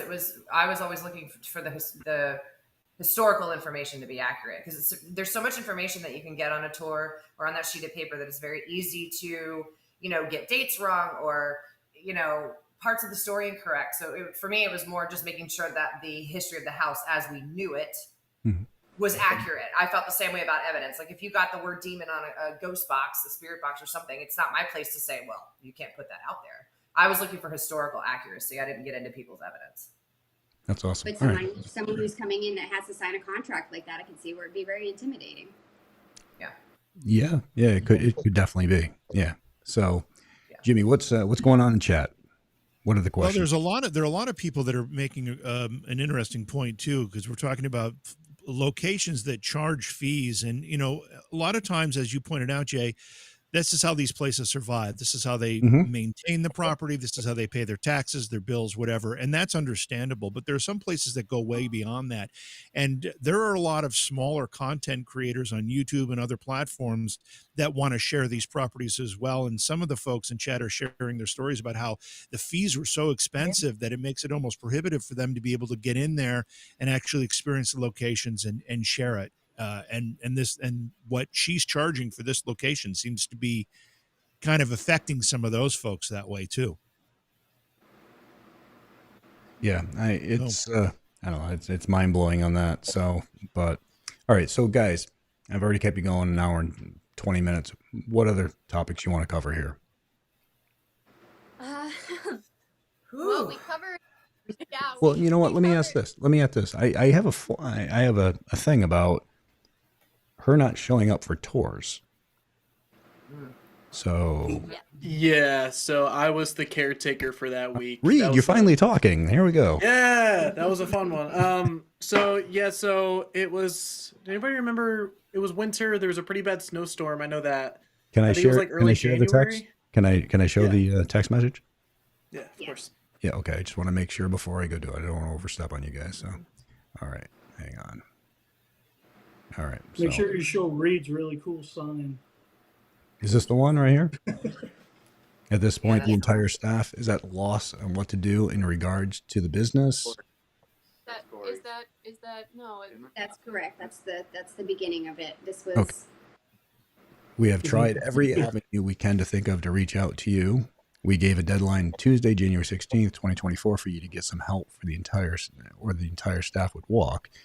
We don't want to walk, but you've left us no choice. We can no longer work somewhere we don't feel safe and aren't being paid. Can't get in touch with you. You're completely unaware of the issues that have been going on at the house for the last 2 weeks. No means to pay for them, including basement flooding, which I was there for. A new pump had to be installed, a jack post, installed that too, and keep the floor from caving in. Having to shovel the snow by hand. Neither of the snow plows are working. The heat is still a problem. There is a desperate need for salt. The driveway is a sheet of ice. Who wrote this one? Is that you, Reed? That was not me. That was me. Oh, okay. All right. So Sorry. That was me. So that was sort of what was going on, just kind of making it aware, and there was no response coming back. And Reed was on staff during a lot of situations like that as well, and not showing up. okay, so I can show the next text. You go with that, Jen? It's got some blacked out area. All right, so this was the response that you received. A friggin' gnat just tried to fly in my face in the good times. Let's see here. All right, I think there's a little more to that first message as well. Oh, is there? Because that was labeled number 1. That was the first one. Yep. I think there's a second. There's more to it. Oh yeah. Here's I'll pull the second one down right here. Where her response. She responds, "Hi Jennifer, I'm on my way to the Conjuring house tonight. I'm showering and leaving. I should be there by 8:30. I understand and want to discuss. My blank app is completely down and have not been able to see anything." All right. Yeah. In the top of that text message is the rest. We gave her the deadline by 8 p.m. that night to hear. Oh, okay. I'm sorry. Yeah. Because if we do not get a response to the message by 8 p.m., we'll be canceling all scheduled events and offering refunds to guests for the next week. Give you time to come up with a plan. At this point, you do not have staff coverage starting tomorrow morning, and no one is willing to come in and cover until you receive some help.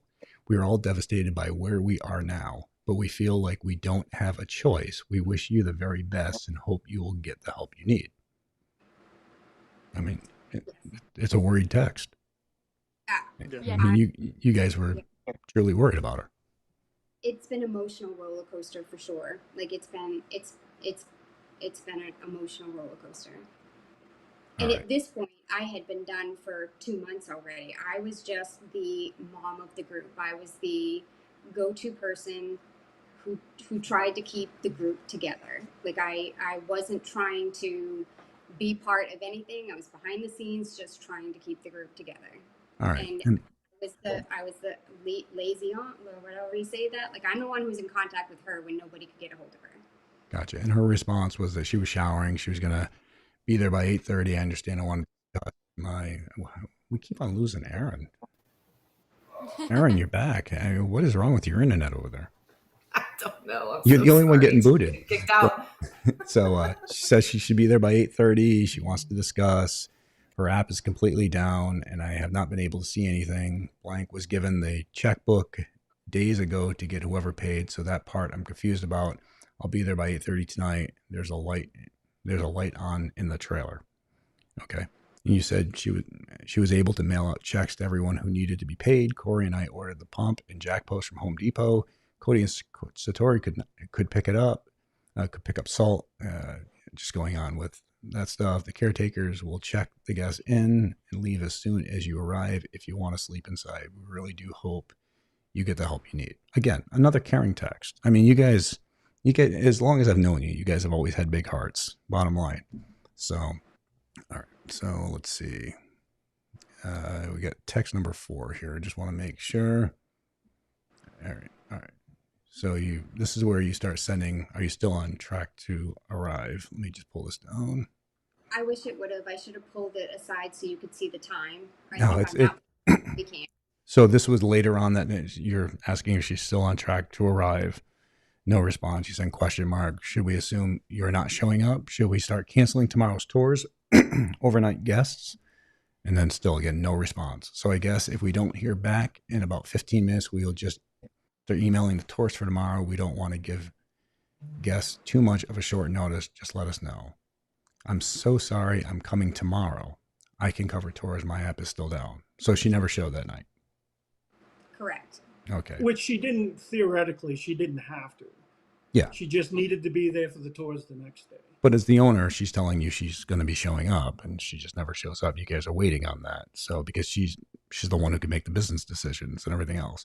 So you guys respond, okay, so you'll be there by 1 p.m. for tours. Do you want me to screenshot the names? Both are booked at 13. She writes yes. I'm kind of scared to open this next text because I really wonder where all this is going to go. So it has the screenshots that I did blank out. I mean, that's what the big black squares are. Is I didn't want to give. Oh, I just mean from an emotional point where I'm like, I'm sitting there wondering if people are going to get screwed showing up. So here we go. Both are booked. Yes.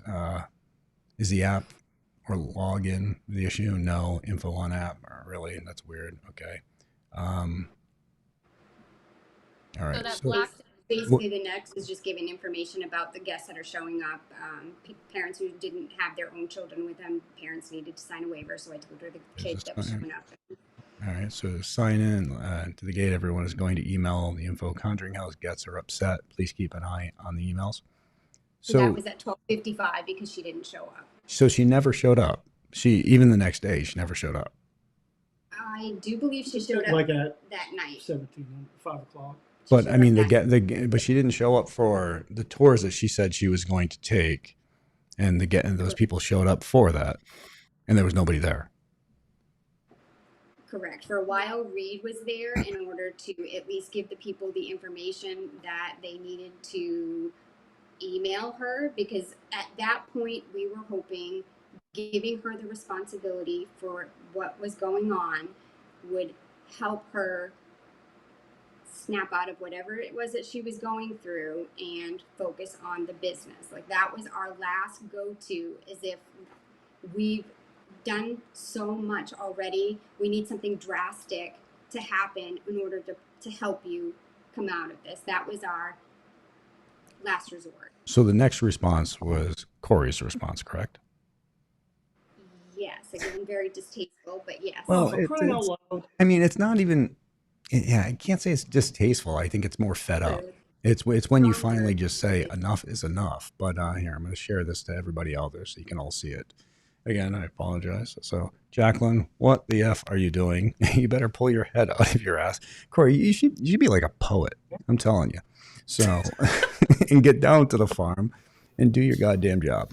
You wanted the responsibility owning the house and everything that came along with it, and you gladly accepted it. You've done nothing but lie to us since day one, so we obviously shouldn't expect anything less. I refuse to let your shitty life decisions ruin what we have worked our asses off to build for the paranormal community.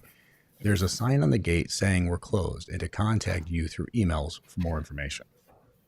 And I get it. What?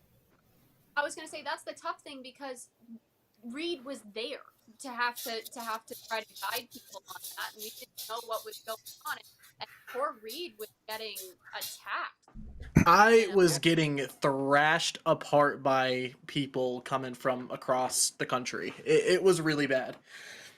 Well, I saw But the something show sign up was beautiful. online. I saw something show up online saying that people had paid for tours and nobody was there, and they were having a hard time even getting reimbursement or anything like that. So you were dealing with the heated people Yeah. coming for tours, It and was rough. We had to shut everything down inside, turn off all the lights, because at this point we knew the owner was not going to show up. So we just had to put something together quick and say, all right, we're closed. Sorry.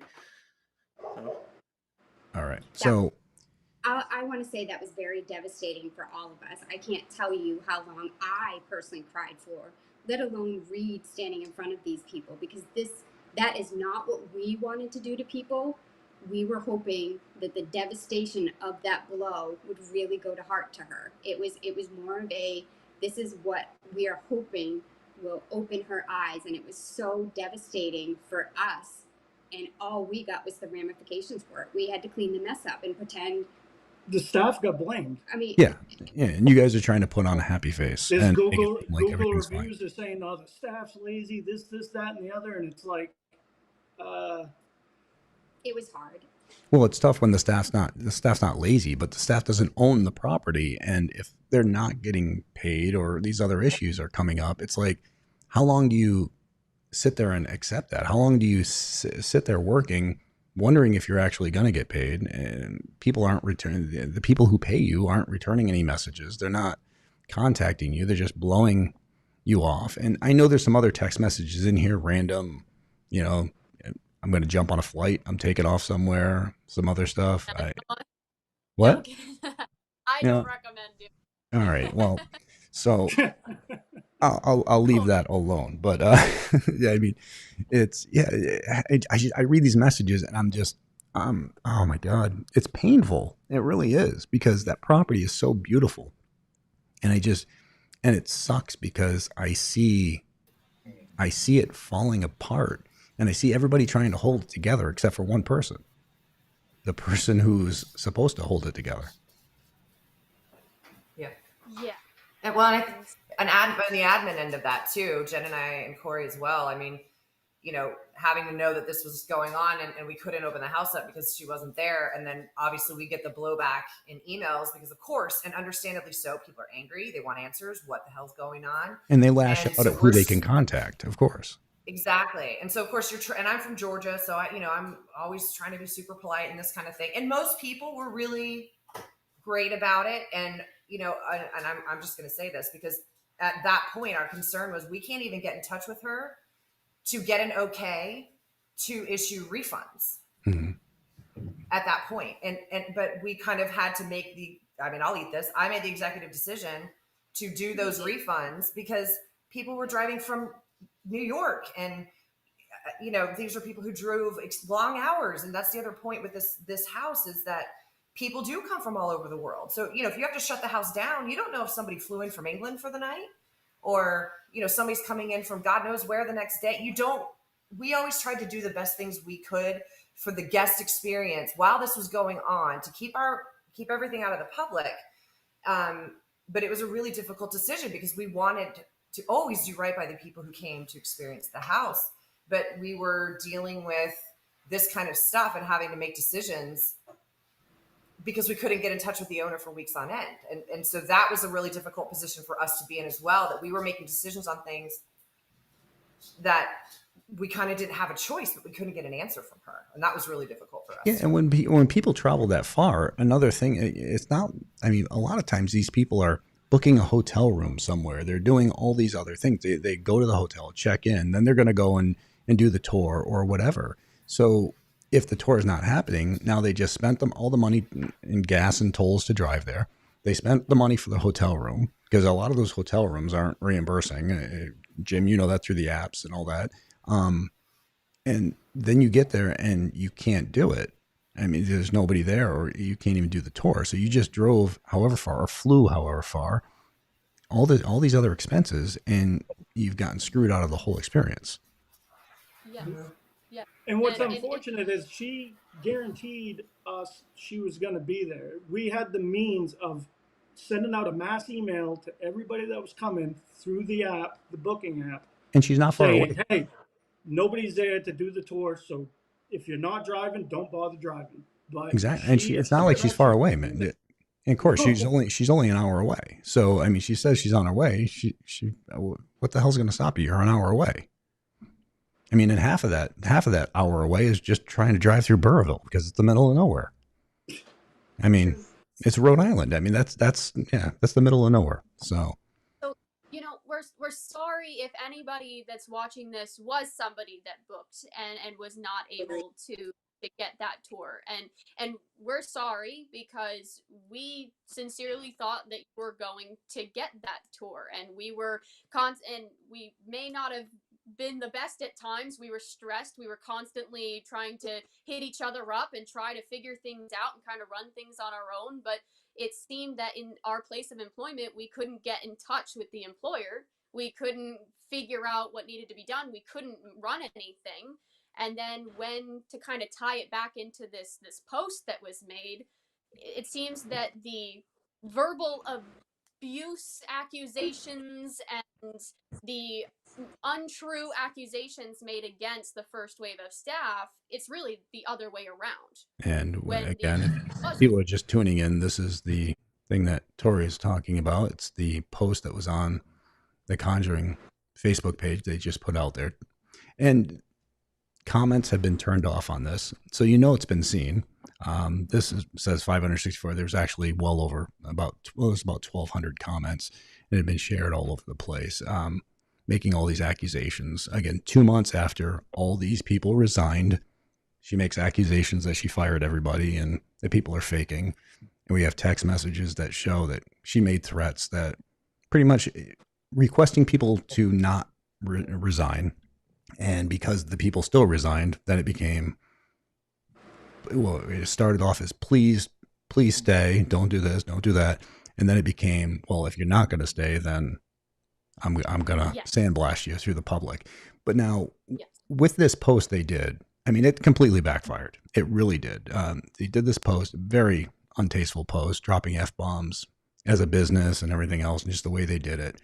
KJ, who's one of my past ghost hunters on my show, his mother, who lives in Burrillville, actually had KJ's 2 kids, and they trying to contact the place, trying to book it, saying that it was booked out. Nobody was responding to them. So KJ's mother decided to drive by, saw people in the parking lot. She pulled in, and this is the experience. I mean, KJ posted it right here. He said, my kids are staying with their grandparents in Mableville, but a mile away from this house. They wanted to do a tour, especially my 12-year-old daughter, before they flew back home this weekend. No bookings available, so they drive by just to see it, and there were people out front. So they drive into the parking lot area to ask questions. Mind you, this is a 12-year-old little girl and my son, 14, and their grandmother, who is in her 70s. They just wanted to know if they could book a tour and the cost of the tour. They were run out of there. One of the male employees were yelling at them, telling them to move their car, and they were trespassing. It wouldn't let them speak enough to even ask a question. He was so rude to them that my daughter was in tears. So incredibly unprofessional. My mom has lived in Burrillville area for decades now and has never been treated like that by a local business. I mean, and I think I saw out of 1,200 comments too that were like, oh, we had a great time at the property. But these responses were just, I mean, they were just one after another. Everybody just saw how bad this was. Of course, you got Kalani talking about paying $1,200 for 2 hours, which is insane to me. Let's see, I'm just trying to pull up some of these because I want people to know. I want people to see it all. It's like, all these people are just talking about bad experiences there, and they can't believe that a business would post the kind of post that they did. So I think Jimmy disappeared on me. So. Also, I just want to say, it may look, because we are all together, that there is some personal intent here, but there isn't. It's just we're not attacking any paranormal businesses, any location. No, there's a personal intent. It's to defend yourselves. I mean, you guys have done nothing wrong. You haven't said anything bad, and you haven't said anything in the public. And then all of a sudden, you get threatening text messages that come out of nowhere and start claiming that now she's going to say this, she's going to say that, she's going to sue you. And so this is just giving you guys a platform to just say, you know, this is BS. Yeah. Aaron, what do we call this? Sorry, what? I Say that said to again? Aaron, what do we call this? Call what? Say it again. This, our trauma bond. Oh yeah. Okay. So I've worked there the least amount of time. I started there last July, and because of the uniqueness of the job, that you all just kind of get really, really close. It's a very interesting place to work. You know, you're on the property 24 hours, and so you get bonded. But then after this last several months, it's now trauma bond at this point, because we've all been dealing with different aspects of this. And from different angles. And I mean, I can't tell you how many countless hours we've spent on phone calls, video calls. What do we do? How can we best handle? Like, we really did do everything we could possibly think of to be respectful to the house, the spirits, because we all love, this has been, the thing that I think people don't understand is the emotional side of this, aside from what we've been dealing with, is the loss of that house for us and the relationship with those spirits has been heartbreaking. This whole thing has been heartbreaking for all of us.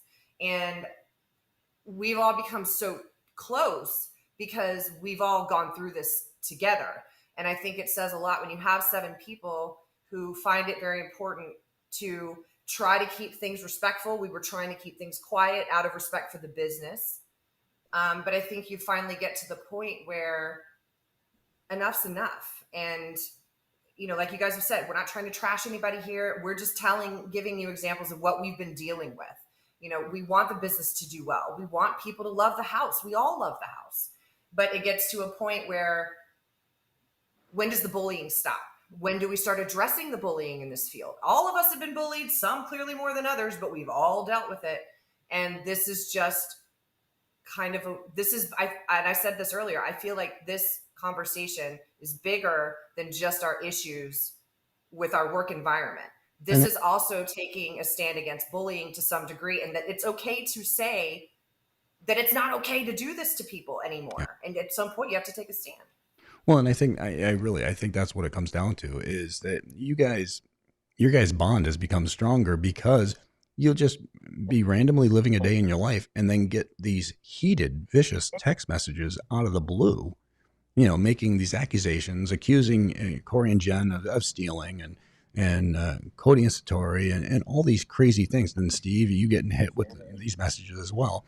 I mean, you'll just be living a normal day in your life. You've moved on from the Conjuring house, but for whatever reason, she keeps on dragging you back in by attacking you and saying all these things. And I don't understand.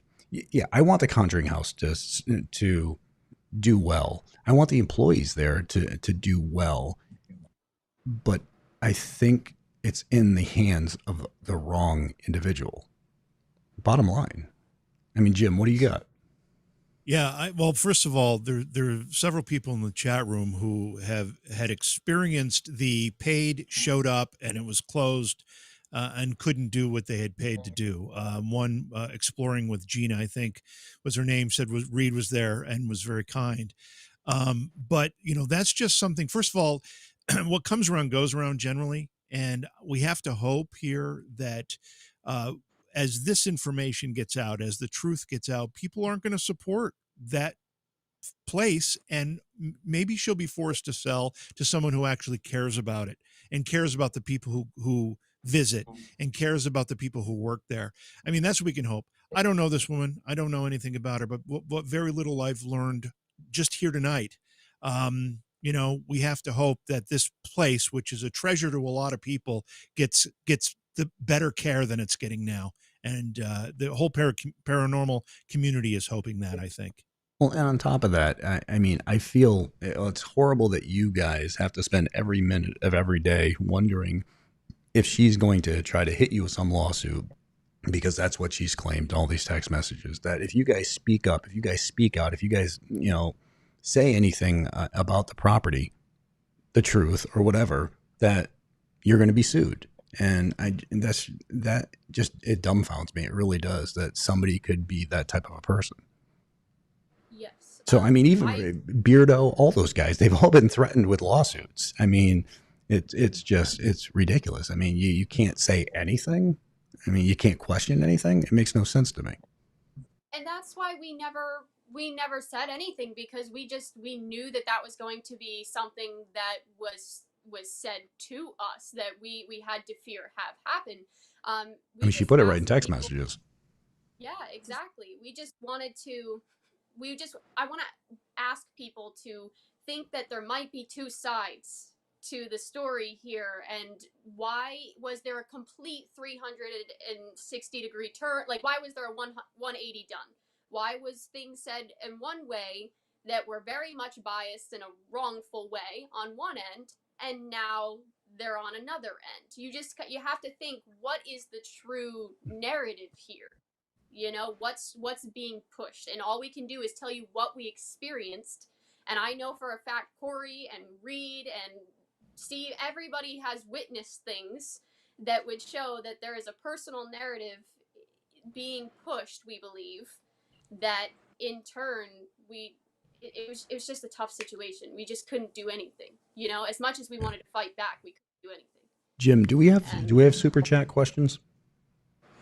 We did have a lot of super chats. I've addressed them in text here. They've scrolled off the thing, and I'd have to go back and try to find them. But any more questions? I do want to thank everybody who's done that. And if you want to open it up so chat knows that we'll take some questions, I'll be on the lookout for that. Yeah, I mean, if you guys have a few, let's see if all the people in chat have any questions. Jim, you'll have to let me know because I can't see them on this end. I'll jump in when I see them. Yep. So, but I also want to point out that this whole thing isn't we're out to shut the business down, because that's not, like, we're not trying to be vindictive. We're not saying please don't go to the house, please. We're just hoping that someone will get the help that they need. Back when they didn't show for tours, we were hoping that would be the eye opener. That would be like, oh my gosh, things are wrong, things need to be fixed. Mm-hmm. This is us speaking out, hoping that things will change. Things will change for the employees that are there now. Things will change for the guests coming in. Like, we just don't want this cycle to continue. We just can't stand by and just watch it just happen over and over again. And well, I think, Jen, it does enough that you and Corey, even after the whole, you guys were thinking about not selling to her, and I mean, she put those liens on the property or whatever, which again, I'll show here so everybody can see them. Here's the first one. In other words, you know, making it so you sell or I'll see you in court. I mean, that and you guys to still be there and to help out because of how much you guys love the property. And even beyond that, I think you being here, it's beyond you loving the property, but you also want to just make people aware so people aren't getting screwed. People aren't paying for something and then it not happening, or people having some of these experiences that numerous people have talked about. Right. So do you have any advice for, and again, this might not be relevant to what's happening now, because you guys have really tried to do your best just to not have contact and just live your lives. But there's somebody in chat right now, West Virginia paranormal girl, who basically says, what do some of us do who've laid out the money and we're supposed to go in the next few days before we knew any of this? Satori, do you have any advice for people? Should they just hope? Well, I'm not going to discourage anybody from doing anything. I'm not going to tell anybody to or not to do anything. I have no problem, I'm not going to talk bad about any business or anything like that. I will say, just take into account everything that's being said from personal experiences and witnesses and things you're seeing, and make your own conclusion on that. And I'm sorry. Yeah. If there's okay. any. That's a smart approach. Paranormal Brew, our good friend Taryn wants to know if the current owner of the Conjuring House had any paranormal background before owning it. Does anybody know? As far as I know, she was more so paranormal curious.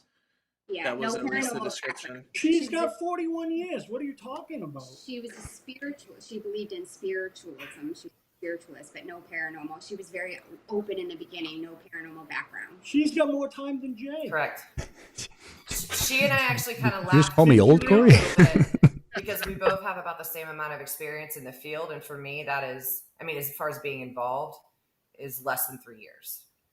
Jim, I know. And so we talked about learning to kind of together about this and how we could learn from the people at the house, you know, Corey and Jen and Cody and so Tori Reed. We all had an opportunity to learn from them because we were the new kids on the block, for lack of a better phrase. Gotcha. Jim, I know some super chats are showing up, but I can't see what they say. I just read the only one I see. Maybe, there's another one here. Okay, but Seasonal Home Splendor wants to know if someone else takes over the house, will all or any of you go back there and work there again? Would you like to? Yes. Yes. Definitely. I'd So Jim, are you and me buying a Conjuring house? Yeah, I know. A lot of folks in chat are suggesting that. Jeez. We'll start a GoFundMe for Jay and Jim to buy the Conjuring house. There we go. Chloe wants to know why, and then maybe this is a question for you, Jay, why there's so much bullying in the paranormal field. You know what? It's never been my style. I have the Taps family, and it's groups everywhere, all around the world, and we all work together hand in hand. And we're a big family. That's why it's called the Taps family. And I don't know. I mean, you see some of these people who come in and they get these properties, and like we said earlier in the show, it's like they start forgetting that it's about the property and start thinking it's about them, and then they use that power for whatever. Yeah, I mean, the bullying, I think there's a big difference between bullying and questioning. I mean, to question somebody or to question evidence and stuff, I think that should definitely go on. But I think this kind of bullying where it's like, oh, I've got money, you don't, and I'm going to hit you with lawyers and screw you out financially as much as I can. That bullying is just beyond anything I've seen. It's just something I wouldn't do. Those meddling mediums, that's a YouTube chatter, says, we were just there on June 17th for an overnight. We met Jacqueline. She refused to give us a tour because she said the creators don't get them. Is that normal? Was that policy is the question. What? That is not normal at all. They get a tour. They get a script. They get their own script. Wait, hang on. They get a very in-depth tour. What's a script? They get, So what I mean by a script, so what we would do for content creators, because remembering what we say during the tour is tough. There's like the tour script that we have of information. So they would be handed like a bunch of information about the house, the history of Rhode Island, the spirits in the house. So if they forgot anything for their video, they can look at that and be like, oh, okay, now we know what this person's name is. So, yeah. Okay, so it's not like an actual script where they're saying certain things. No. It's more of an info sheet, just data sheet. Yeah. Yes. And the other option is sometimes if, a lot of times if a content creator was a sensitive, we would say, hey, we're happy to give you a tour unless you want to go in completely blind. We'll leave you the information sheet just for your records. But very rarely, I think I maybe had one group that declined a tour, and all I did was just walk them around the house and show them which rooms were which room. But we always offered to give everybody an overnight, a tour, because I mean, how can you navigate the house if you don't know where you're going? Yeah, that's true. All right, what else we got, Jim? So Bitter Troll, this is more of a comment than anything, but thank you for the super chat. Some people just only know how to bully to get what they want. I think that's very true of some people. You're right. JJ Steelman, is that that Steelman that we know? Steelman, is that our buddy? Yeah. Okay, let me make sure. Super chat with a question: how much do I need to buy the house? Is it listed? What do you think would be a fair offer? Anybody have a comment on that? Jay's putting us on the spot here. I have no idea, Jay. I can tell you right now, probably cents on the dollar. But yeah, I don't know. Okay. Amanda, it looks like Steele, I think, is the last name. If anyone is unable to get refunded, your bank is usually able to refund you if the business is not cooperative. Again, that's going to be between you and your bank, I would assume. Let's see. Yeah, but the problem is having to deal with that. It's not easy. No, it's not. It never is. I will ask these people that are in the chat that are, if they plan on reaching out to the business, please don't please don't take it out on the employees. No. Every one of the employees that are there now, I don't know them all, but the ones that I do know are wonderful. Please don't take it out on them. And that's the thing. I think this video is not an attack anyway towards Right. the employees. Honestly, me, Jason Hawes, I'm concerned about the employees. From what I've seen has happened to past employees, I'm concerned about the employees. And that's, it's ridiculous. So, Reed, I'm going to put you on the spot here for a second, but you certainly don't have to go into this direction if you don't want to. But Exploring with Gina said you have a story about her showing up. Is it something Yeah. you want to share? Yeah, I can talk about it. So I actually talked to her a little bit before we went live to ask if I was able to talk about it. So she's cool with it. Yeah, so a while back, she came to the house for a tour. She drove 12 hours just to visit family and to be at the house for a little bit. So pretty big commute and drive. So she was actually supposed to pick up wood of some sort for a spirit box being built or whatever. Either way, it was agreed upon, and when she showed up to the house, she mentioned it to me. Now, normally stuff like this, it gets brought to our attention ahead of time, like, hey, someone's coming by to pick this up, or a package is coming today. So we have a good schedule, I guess you could say, of what's happening. I had no idea about it. I was very confused, and I tried to get in contact with the owner, and no response at all about it. I still had Gina messaging me, asking me, hey, any word? I'm like, I'm trying. Okay, I'm trying my best. So, but yeah, that's an example for weeks and weeks at a time with no communication and left in the dust. Well, and I think that's the biggest thing here is like the person who asked earlier, what should they do if they have these things booked out? I think people just need to be concerned that they might run into the situation that, this new staff might end up in a situation where they can't get in touch with the owner like the past staff.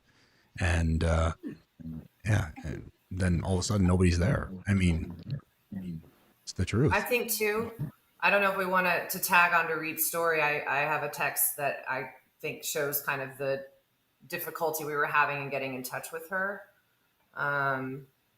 Just so that people can understand, we're not just, saying this to say this, but there would be, 2 weeks sometimes where we couldn't get in touch with her. She didn't return phone calls, text messages. We just couldn't get in touch with her. And this story that Reed's discussing is one of them, because of course, one of the issues as an admin, I would have is a lot of the staff would call me, and I'm just going to say this. And she got very upset with me at one point. I think it was back in April or May, about why somebody on staff, why they kept calling me. And my response was, I answer my phone. And if I didn't answer, you're going to get a call back. And anybody here on this will tell you, you're either get a response from me, then I'm going to call you back in 5 minutes, or I call you back right away. But they needed someone to talk to immediately. And that was me. And so in this situation, Reed's discussing, he's texting me, I'm trying to call her. She's trying, Reed's trying to call her. This was a commonplace thing for us where we were trying to navigate situations that we didn't have answers to, because I didn't know anything about the wood and this trip that this woman had. So that was the kind of position we got stuck in quite a bit. That's very uncomfortable. So I'm finally able to see the chat, Jim, just so you know. So I'm Troy. Thank you for the $4.99 super chat. He says, Corey and Jen, thank you for making the Conjuring House feel like another home for Reed, Tyler, and I. I will forever and always treasure the memories we made there. So you guys should feel good about that. The unfortunate thing, there was no other backup. If something went wrong, there was an emergency with our former employer. It's just her who runs everything. Like in the text messages that were shown, the finances, everything was run through one person. So also, like the text messages shows, we worked for sometimes weeks without getting paid, or and just because we cared about the house and we felt bad for the people that spent their money and were going to show up and walk into an empty house, and we didn't want that. Which ended up leading to the whole sign on the gate and everything else, which was unfortunate. Melanie, thank you for the $20 super chat. She said that was part of the Taps family team in upstate New York for many years, and I just want to say there was never any bullying. The name alone brought about respect. We loved everyone. Thank you. That means everything to me. Emerald Rose, do you guys still communicate with the spirits of the Conjuring House? They must be so sad. Can we start a GoFundMe so you can buy the house back or create a petition? Did you guys still talk with the spirits there? Do all of you still talk with the spirits there or not? I mean, if we're answering from us, it's harder to do that. I mean, Yeah, you're not there, yeah. When it's loved so much, they're not going to be really spending much time anywhere else. So it's kind of that struggle on our end, at least. I'm not sure about everybody else. I will be honest, the energy there scares me. Like, I was going to come down and visit Aaron. What was that, in April, May? I don't remember. March. It was March. March. The idea of even driving down that way makes my heart race. It scares me. You got to be so much anxiety from all the stuff you guys have dealt with. And, again, you guys have tried to distance yourself and move on. And then you randomly get text messages accusing you of stealing and this and that. And it's like, it's not only that, it's she doesn't respond to anything to do with that house. She doesn't. And people look to us still for answers. And it's like, I wish we could give you the answers, but so we find ourselves being the owners anymore. All the time anyways. Yeah, you guys not being the owners anymore, you can't make those business decisions. So Gen Z Paranormal, thank you for the super chat. It says, my name is Brennan. I know Aaron, Corey, and Jen and Andrea Parent very well. All are some true people. I know this sucks. It's happening. So. Does anybody know if Andrea Parent has weighed in on this at all? That's been a question by a few folks here. I will take that one.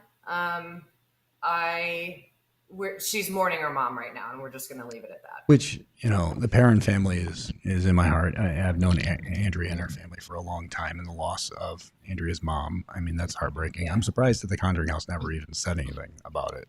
We were too. Yeah. Rico, thanks for the super chat. It says, maybe new owners have been possessed by an entity in the house. Quick, call that Zach guy. Okay.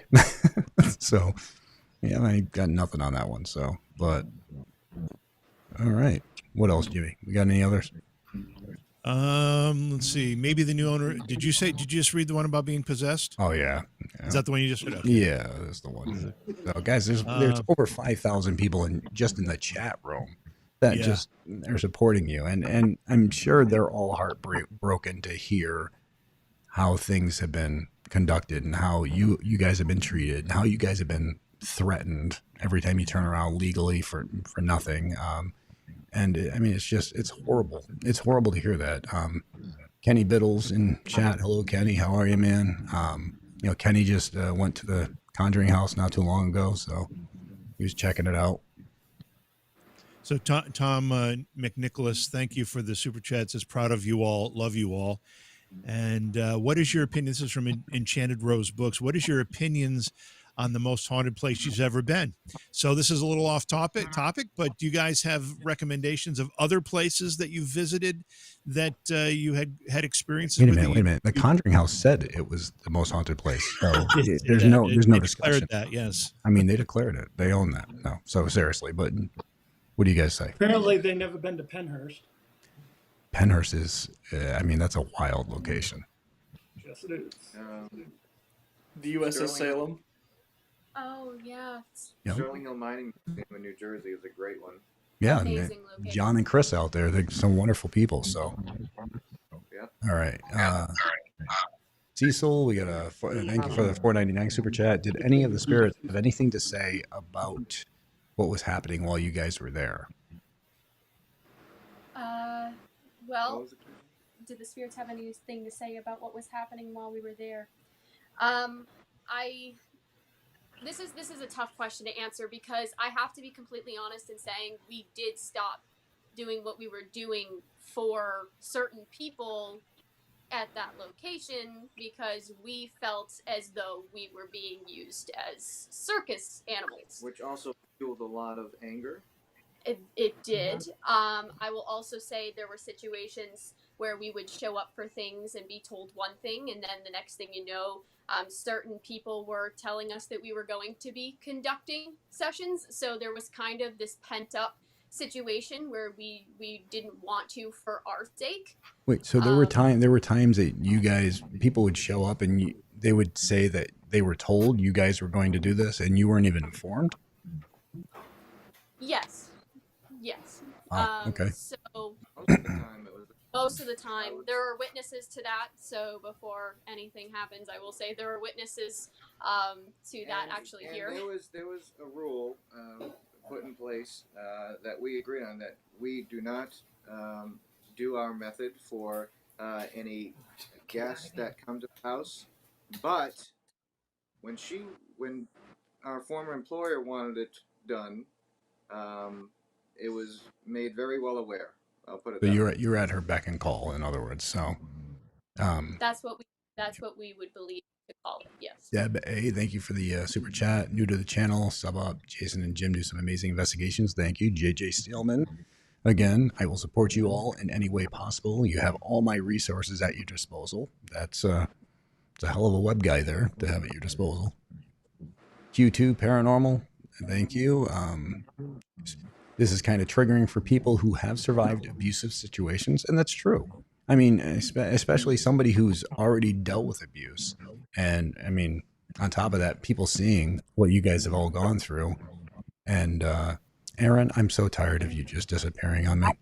I don't blame you in the least. You're breaking my heart. Come on. I wouldn't blame you.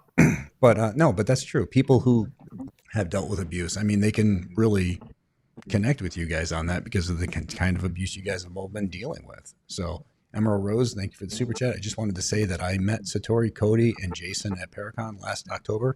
Satori and Cody suck. Jason's awesome. No, I'm just kidding. She says last October, and you were all the most amazing people I've met. Such beautiful people. My heart goes out to you. Thank you very much, Emerald. Jordan Michael, thinking face. Okay. Slicks 666. If TCH is for sale, use this. So thank you. Appreciate that. Celine, my heart is breaking for you all, but you have so many people standing behind you. You all, and stay strong. Cody and Tori and me, they love you guys. So, and that, I think that's the most important thing is, like I said, there's 5,000 plus people just in chat. There could be 20,000 people watching this. Who the hell knows? But these people, they are an army of people behind you, and it's not an army looking to do any negative towards anybody, but it's an army of people who have your backs because of how you guys have been treated. They see this. I mean, they saw the post that supposedly a business person put out there, which was just straight out vicious attacks and unprofessional in every way possible. So it's just, I don't know, but all these people have your backs. Touch of Snow, off topic, sort of, as someone recently realizing they're sensitive and starting to do paranormal investigations, would you say a property like the Conjuring House is a safe place to explore blindly? What do you, Corey, Jim, what do you guys think? I mean, you owned it. I think so, to be honest, but I mean, that's my opinion. I would have said so, but I don't know now. I honestly, I would have said so before, but I don't know. You think in other words that this individual has kind of not made it a negative entity type place, but just made the energy there negative. She is all or just made the experience negative. She does talk about how, she does want things to be positive, and the energy, she wants to be good. So I don't think that she is purposely trying to make that. No. I mean more just as somebody does dowsing sessions. Does dowsing sessions. But what I'm saying is somebody who's just a negative individual, just gives off negative energy because they're just constantly mean, tends to bring the energy of an area down. So that's what I'm referring. I mean, if I spent all my time sitting there screaming at my kids, it would be a real hostile environment, just full of just negative type energy that I've helped fuel. And so, I mean, I think that's what it comes down to on that. So I do think that there's enough great employees there. I would say that I would think they should be safe, but I wouldn't give my opinion not knowing now. I haven't been in a while. History of a Haunting, thank you. Sobe, I'm proud of you all. And Aaron, we love you here at History of Hauntings, and you are a part of our family forever. I know how difficult this has been for everybody. And Laura and I stand by you 1,000%. So you should feel good about that, Aaron. Tracy from Taps team. Sweet to see you, Tracy. The fact that this has been happening to people I call family is so upsetting. You know, you have all our love and support. Charlotte, thank you. Was there ever any kind of NDA? We support and love you all. We will chip in to buy the house back. No? Good. Well, no NDA. All right, good. All right. No So, I mean, right there kind of protects you guys. So, Bonnie, thank you. Thank you all for being upfront about the situation. Hopefully, she'll be replaced as the owner. Loves and hugs. Joe Chipman, thank you. Love Taps and the work you do. My son and I love watching your content. Appreciate that, Joe. Pamela, hey, y'all. Love and hugs to everyone. I unfortunately understand abusive relationships and a boss. I will gladly pitch in and do whatever's necessary to get custody of the house. Greatly appreciate that. Jackie Pina. The La Laura Mansion is back on the market. Okay. Well, you know, guys, we got a couple more here. Hang. Corey and Jen, are you two still in contact with Exploring with Josh? Actually, I was just talking to him earlier. I hate that guy. Wait, you're joking, right? Because I mean, Josh. I love Josh. I was like, how can you hate Josh? Josh, he's like a little brother to me. Yeah, and Josh is a good guy, and I was just talking to him earlier. So yes, so the answer to that is yes, guys. I won't hold you up much longer. I mean, we're over 2 hours in, and I mean we're still 5,000 plus people in chat. You know, the things you guys have been through, it sucks. I mean, it's made you guys as a group, as friends, stronger. It should, you know, that's a positive that's come out of it. But seeing the post that she's put out there, the things that she said, seeing the text messages that she said, and we haven't even shown a half of it. I mean, we've been actually really nice tonight. So it'll be interesting to see who gets the I'm suing you threats or whatever. Maybe me. We'll see what happens. My channel. That'd be interesting. But you know, everybody has your backs. I mean, it's just ridiculous. Nobody should have to deal with that. But, you know, to see that the bond that you guys have come, that's really happened between you all because of these issues is amazing. I mean, you guys are all extremely close. I love seeing it. I mean, Corey, you guys are always with Cody and Satori, and Steve, you're always around, you know, as well as you, Aaron. And you know, it means everything to me. It really does. What, Reed? You mean? Oh, Reed over? Yeah, I was going to say Reed. Oh, is that Reed? Is that Reed? Oh, no, that's Aaron right like, below you. I love them all. I love them. I feel like we're the Brady Bunch in the beginning of the Brady Bunch, you know? Janelle just did a super chat. She's a sweetheart. Janelle, actually, we investigated her house in Ghost Nation. You know, we love you and your family, hon. She goes crazy support for you all. So, and Chloe, she says off topic, but has Jimmy been working on walking more quietly? If not, can my donation go towards a pair of shoes for him to investigate? So I don't know if you guys have seen, but you know, we call it pulling a Jimmy or whatever, but Jimmy is the loudest walker. I've known him for a long time. He cannot walk in any room quietly. He can't do anything quietly. I have very flat feet, and they just hit the ground like cinder blocks. Well, and we call them cinder block feet. So, all right. Courtney Tutaz, love and prayers for you all. Bitter Troll, again, thank you. $5 to the Buy the Conjuring House Fund. So, you know, people love the property, and people, and I think everybody's hearing, you know, you're not holding the employees responsible. I mean, because you want the best for the employees. You want the best for the house. But the best, I'll say it, the best for the house is not the person who owns that house. I mean, the best for the house, or Jen, were you guys when you guys were there? I mean, bottom line, that's the way it is. So we got to be honest with that. Jim, you got anything to finish off on? No, I just want to I do want to make a comment about a lot of people saying if there's no NDA, you don't have to worry about lawsuits and all that. But you guys know, probably from experience, that the process itself can be the punishment. If you have to get lawyers, it's not like a criminal justice system where a lawyer is appointed for you if you can't afford one. That doesn't exist in civil law. So you've got to pay attorneys, you've got to invest the time, you've got to do all those things. I don't know how deep her pockets are, but from what I understand, she has a lawyer's training. She's a lawyer or something. I don't know. Is that true? That she's a lawyer? She has a background, yeah. Yeah, real estate. Okay. So she may have more at her disposal just to make it a hassle for all of you. And that's the problem. Whether you're guilty, not guilty, whether it's frivolous or not, it can be just the process itself can be a hassle and expensive. And that's what she's threatening, basically. You guys. Well, yeah, but she's also threatening just not to talk in general. I can say whatever I say, but if you defend yourself, I'm suing. And I right, think, but that's what I mean. But even if the lawsuit has no merit, just the process of having to deal with it is expensive and time consuming and a punishment in itself. well, I will guarantee that if any of you guys have a situation that comes down to that, I'm at your disposal, because you know what? I cannot dare sit back and watch somebody being a bully, being a financial bully, because they think they have more money than you, so they can sue you into shutting your mouth and everything else.